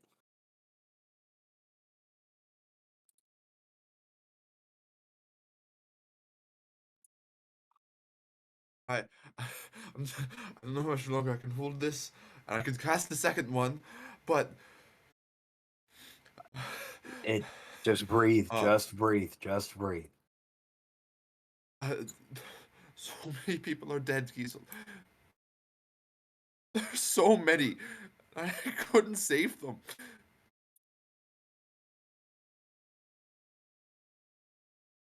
It's okay.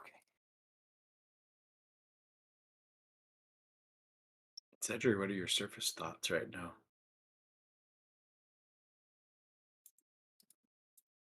Zedri's just repeating no over and over again. Varying intensities, different timbres, different pitches. He's looking at that, trying to distract himself, looking around. There has to be another point that we can look around here. I mean, come on, we don't actually have to go that way, do we? There's a whole fucking forest here. And he's just very much trying to avoid what's in the distance looming. There's a door. I mean, you all see the door. As he points towards the trunk of the tree, you can see the rough shape of a door. Any of you lot know who that woman is? Cedric, your attention's focus. It's very distorted and unclear, but at the first glance, Xanathi's standing at the door. Then things shift and don't quite look right. Hair turns to blonde, a little bit longer. Similar eyes. Shift again to another brown-haired, more similar. Complexion is the same across all three. This one with a distinct injury, scar tissue. And then shifting back to Xanathi as she gives you a smile, motions for you to come as she stands at the door, the base of this burning tree. The last thought everybody hears is the small concession. We're gonna have to go in there. As Zedri will go ahead and dismount the wagon. And he's not looking up towards the tree because he knows the path leads to that, but rather trying to look around. Are there people that are injured, like splayed out on the ground? People who could benefit from triage or anything like that?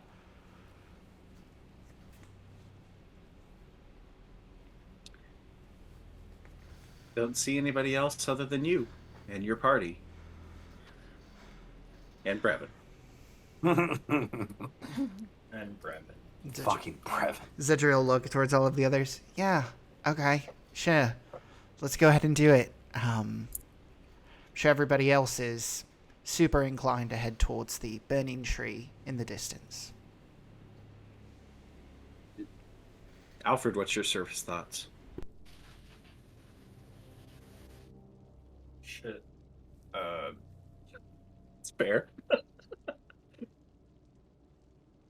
Well, Alfred would be thinking, fuck. Honestly, just a lot of fucks. And then looking up at the tree, he would think about, the burning tree that actually, religiously has ties to him, and take a little comfort in that, and hope that, well, maybe it's not so bad. Maybe it could be something a little bit better. Also just wondering, like, why is Cedri so anxious? As everybody's hearing your thoughts, sensing the images in your head as you're having these thoughts, feel a slap on your back. All right, old friend, let's go on and go check this out. I presume you all know this lady. I'm sure she'll just grant us access, and let's go right in. God, you're so insufferable.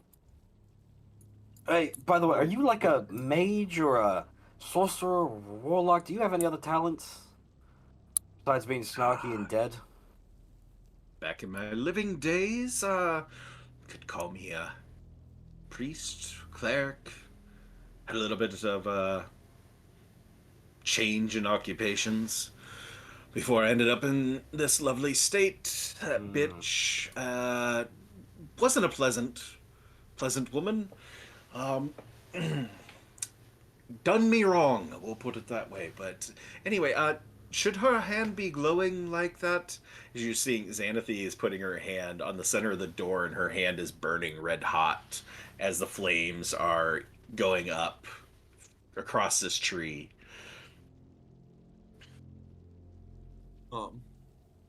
So, DM, just a clarification. Is there still a caravan here being attacked? Nope. As you all hopped off, it moved on and quickly disappeared. Okay, so point of order.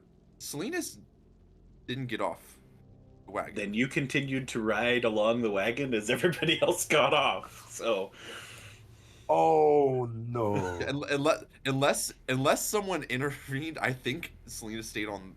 Is staying on the wagon. in reaction to Salinas riding along with the wagon, continuing on its way, following his discussion with Kiesel about saving everybody, does anybody do anything to keep Salinas with the group? Yeah, I Lonan would have. will Yeah, try to yeah. pull him off the. She'll try to grab him and pull him off the wagon. Same thing for me as well. All right, What well, kind of Lonan weaken or Bernie's him? Kiesel, give a acrobatics or athletics with advantage. One of you guys giving the help action to the other. And Salinas competing? 26. Ooh, good You luck. got it. 26. You resist before you're pulled off the top of the wagon, back down with the group.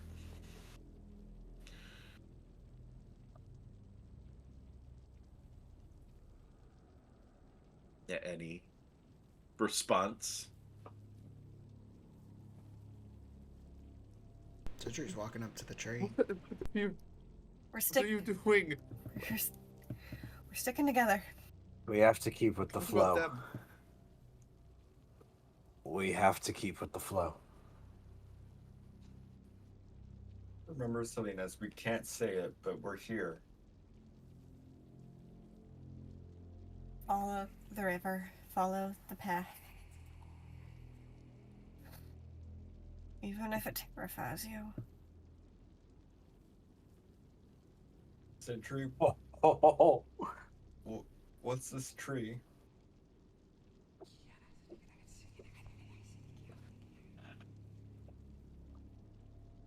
I don't exactly know, but it is extremely disconcerting, and we have to follow it. It's fine. Can I inside check Zedri? He knows. I know he knows. He knows that I know that he knows. Sure. Well, hopefully you know that he... You... you know. There's some trail of logic in there somewhere. Yeah. Yeah. I'm not gonna- Sedri, deception or persuasion in the tower? Yeah. As Zetri says that, his eyes are not on the door to the tree. It's on one of the branches, specifically.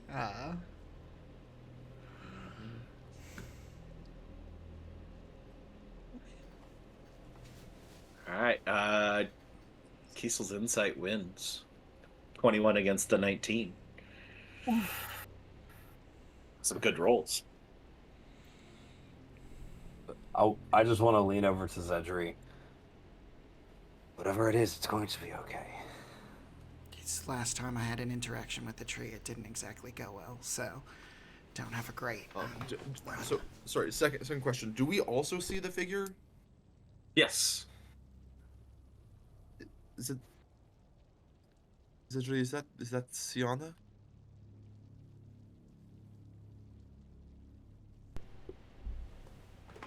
It is, isn't it, DM? No? It isn't? Wait, blonde? Figures? Wait, shit. Wait, what? No, all the figures that you saw, the kind of shifting image have all Related been elven, to- all same complexion. Yeah. Just some varying hair colors and hairstyles, and one with scar tissue. But aside from that, you can give me a history check with disadvantage Oh, to try and place. not the You note immediately taker place having to one do as this. Xanathy. yeah. Okay. You're pretty sure the blonde one is Ivana. Fuck. You don't recognize the third one at all. Okay. As you are having this little exchange as to who this person is, who you see up there, you just hear a blood-curdling scream come from Xanathy as her hand just illuminates and just starts on fire and starts spreading up her arm, glowing red hot, growing out from her hand like a sun burning her as she burns to ash. And the door that you once saw turns into just a bright, shining sun. Blinding light heading out towards you. I need everybody to make con saves, and Lonan disadvantage because sunlight not your friend. No, sunlight is not my friend. Sunlight, not your friend. Advantage? Oh. Yeah, you can have advantage. It's kind of on the borderline as to We'll what it also is. presume that I'm not deafened anymore. Yes. Okay, cool. I kind of jumped the gun on being able to hear people. Yeah, actually, as you exited the wagon and joined up with the group, the deafened condition had weared off. You had gone a half mile down the road, so you Cool. would have went through the time frame. Still a little ringing, but you can hear again. But good call. Get that off your list here. All right. Oh man, Lonan, that disadvantage just kicked your butt. Yikes. Ooh. Hey, at least it's not the lowest roll tonight. All right, No, it's not a 0. Lonan, with a 3, you, everybody else sees as you turn to ash and get engulfed by the sun burning you away, followed by Jofridir being turned to ash, and each one of you in succession by your con saves from lowest to highest watch. Whoever's last is actually the worst thing, because you have to watch every single one of your friends be burned to ash and It's vaporized Salinas. into the bright light, I rolled a and you 20. find yourself back in the void. All back together, the 6 of you. No Brevin. Oh, thank God. Back in the void.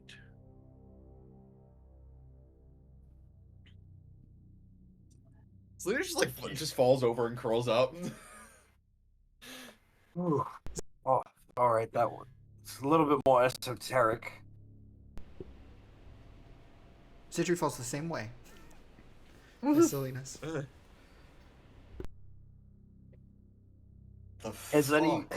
Has anybody? You're all back together, though. No, nobody's separated. I think I deciphered what mine meant. Everybody give me con saves again. Yo, all right. I'm gonna ask every time, but is this advantage or normal? No, this is not advantage. This is normal. 226 is fucked. That should have been me. Damn. Right. The 226s. Jofridir and Alfred are the first to start to get their senses back after the blinding light that basically just blinded you guys all to darkness. You start to see again, and slowly the rest of you follow suit. But those of you that are at the front end, Jofridir and Alfred, give me perception checks. Okay.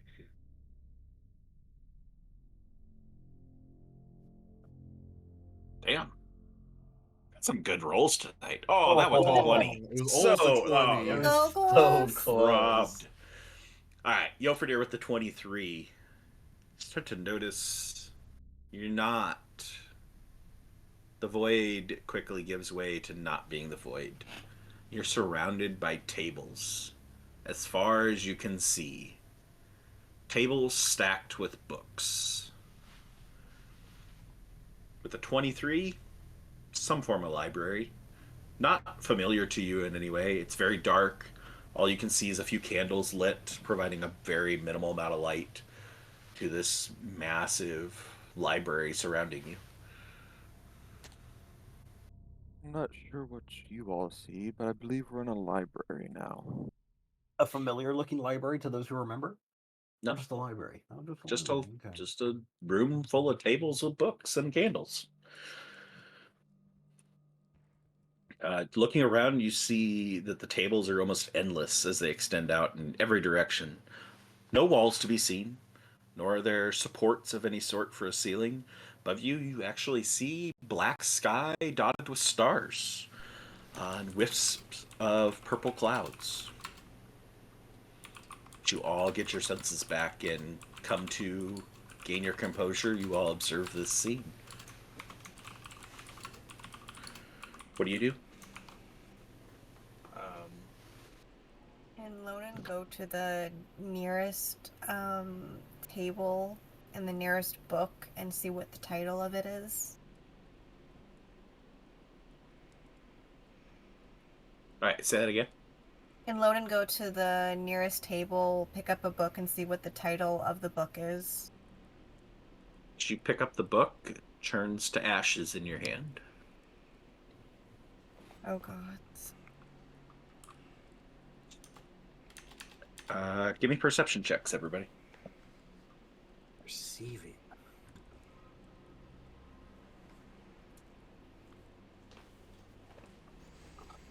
God, dude, I've been able to see shit all dream.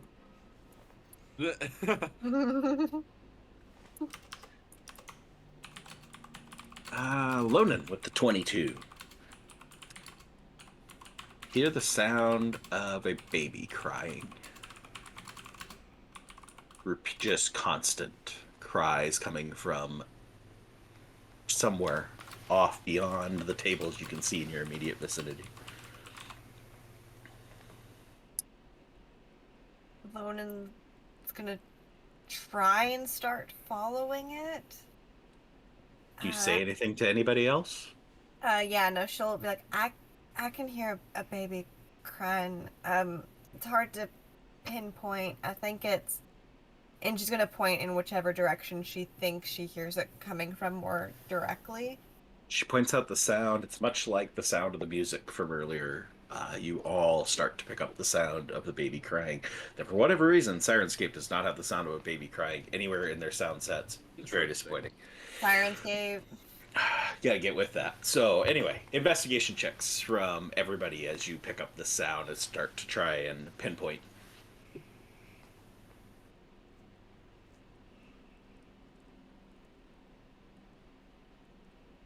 $25 is the number to beat. 14. Take it or leave it. Okay. 12. Alright. Lonan, you think you got a pretty good beat on it, and you track your way through the what seemed like endless number of tables, deeper into this odd library room, passing through the endless tables of books before spotting a lantern sitting on a table ahead, and rocking in the light, a simple wooden cradle, rocking back and forth and back and forth. Clearly the source of the crying child. Watch as the shadows cast through the cradle dance on the floor, creating a tapestry of shapes upon the ground as you approach. Shapes taking on a life of their own, dancing across the floor. One of the penumbras resembles a rider upon a dragon flying off into the shadows outside the lantern's range. Another looks like mounted knights tilting at each other in a jousting match.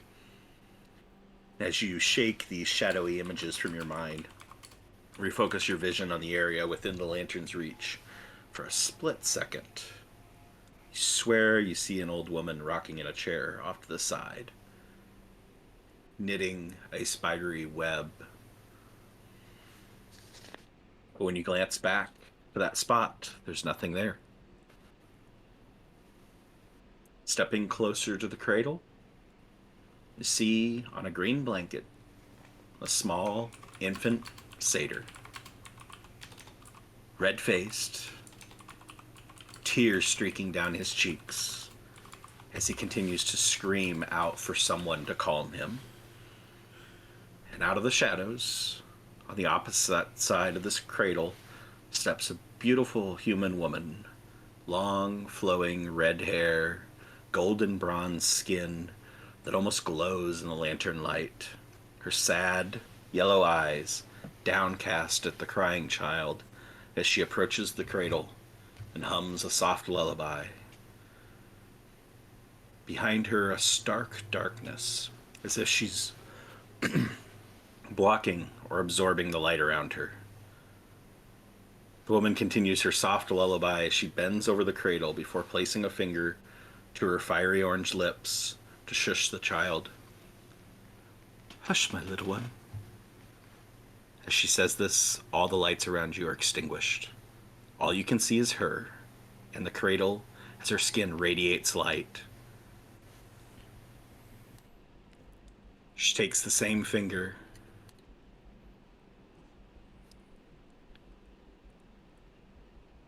moving it from her lips, she places the tip of it on the young satyr's forehead and says, "Know that you are chosen.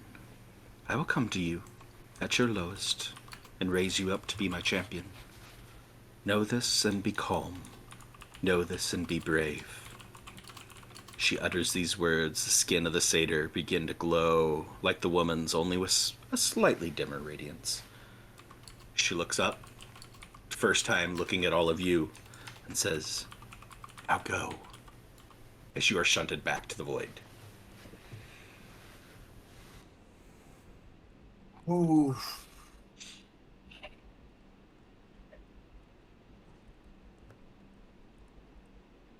Satyr.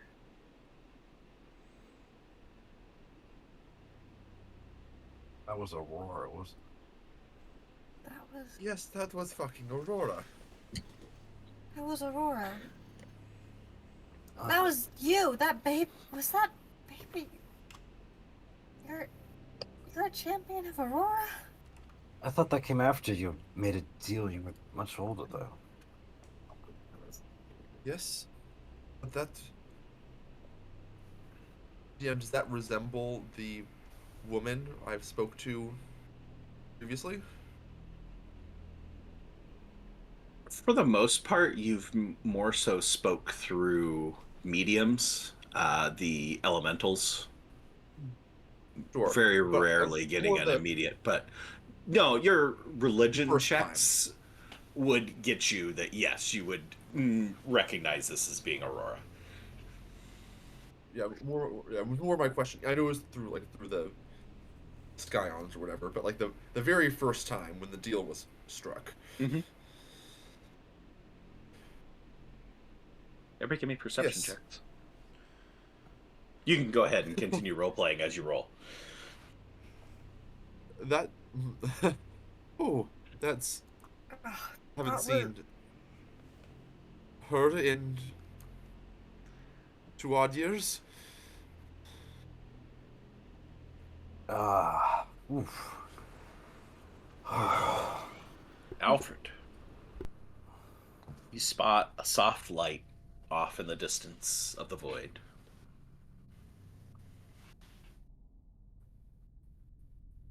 All right. Yes, you all heard that right. Alfred had the high perception roll.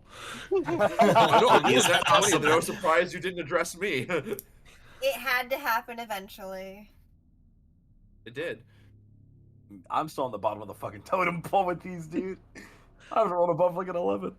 Yours just so shooketh by your memory. Yeah, I'm trying to keep Your it dream. together. What do you do, Alfred? Alfred will point towards the light and say, I think I found our next destination. And he'll start walking us slowly. All right. As Chinese you... cow baby is Alfred. granting inspo. Go ahead. Yeah. Alfred, can you give me like 2 minutes, please, before we keep walking? Yeah, of course. Actually, where's your friend, Alfred? I don't know where Brevin is. I wanted to try to give that little magic twist a spin, see if it could be any use. A Chinese cow baby redeemed inspo for Kiesel. Oh! Isn't that the first time that Nice. we've ever used Yeah. inspo instead of a reroll? Oh! Probably. So, Yeah. Clutch play. So, Thank you. with getting inspo, you can use it whenever you want. So I put it on your sheet. Yeah. So- Thank On you. your sheet. What a homie. I have to take mine off.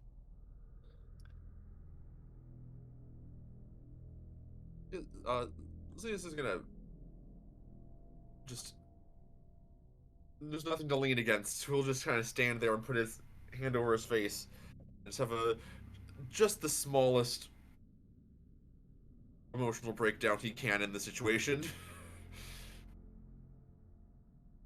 All right.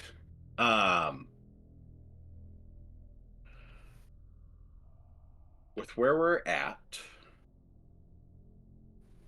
do you want? I hate to do this in the middle, but Jeff needs to go relatively soon.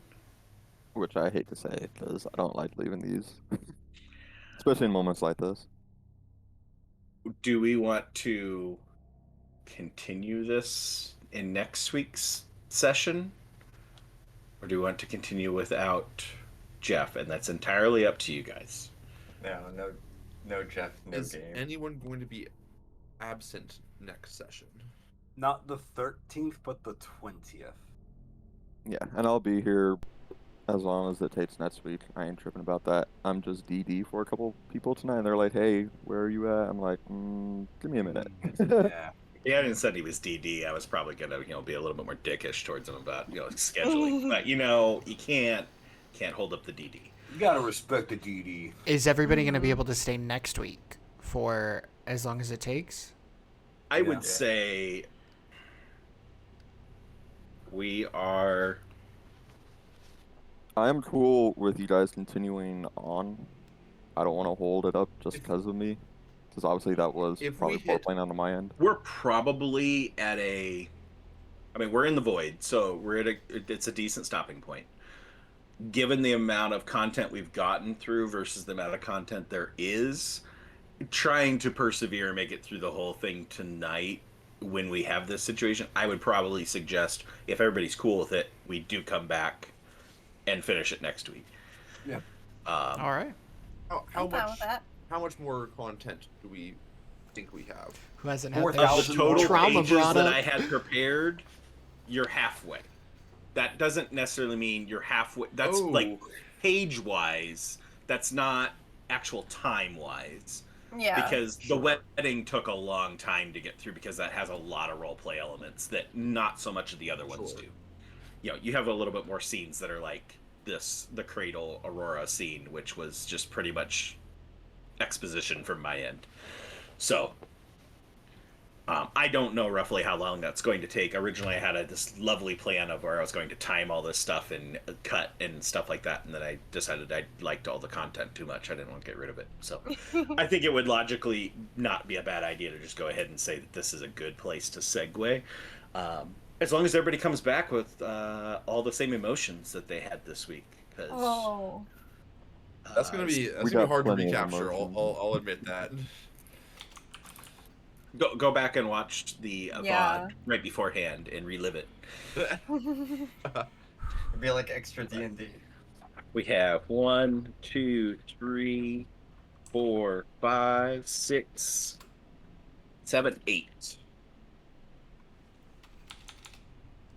vignettes God. of varying size.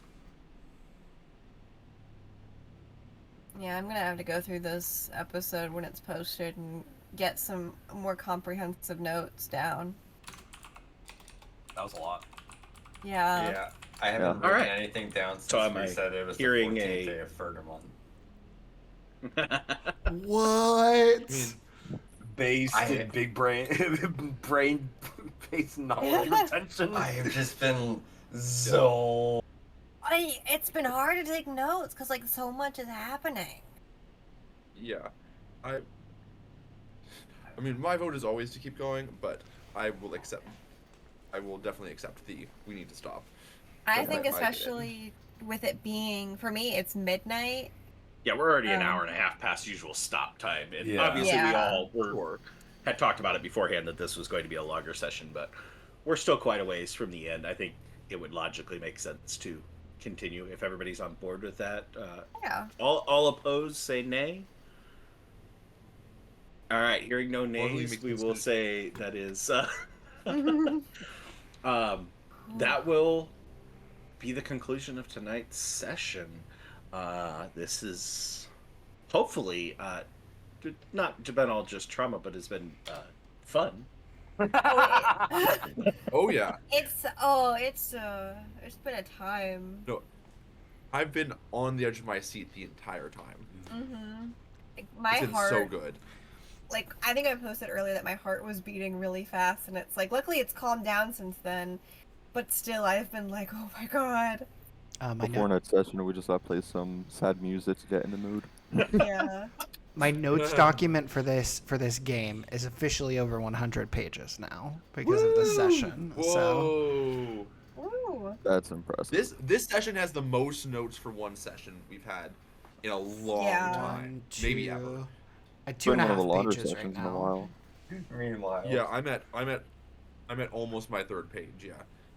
Yeah, I'm like 3 or 4 pages in my notebook right now. We know when Dustin stopped. I have written Dragon's Nest dash song, Sultaris, Minstrel. I have Carrington's Pub, One Golden Night, and I have the 14th day of Fetterman. All right. Woo! About wrapped Your up. notes aren't much better there, Dustin. So the nice part on No, my end is I- that I don't have that much I have to write down in here. Yeah. I've just been reeling. All right. Well, this has been. Thanks for playing along through the dreams. You guys have done a great job on that. And thanks to all of our viewers watching live. We do have some wrap-up stuff we'll do here in a moment, but this will probably be as good a point as any to say this is where we will wrap up the video on demand portion of tonight's session.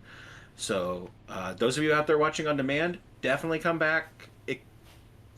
Exciting, trauma-filled conclusion of the finale of Book 2. We'll be back again next week, and we'll wrap that up. We may just push the epilogue session to being after the 20th. We'll just have to look at what everybody's schedules are and figure out what to do with that, because the epilogue could honestly be right before we start Book 3, for that matter. So, but I really, based off of the content that's left to come, I would like to preserve the everybody's here together and we all get to go through it, because I think it'll just a shared experience. Everybody gets to have Shared fun drama.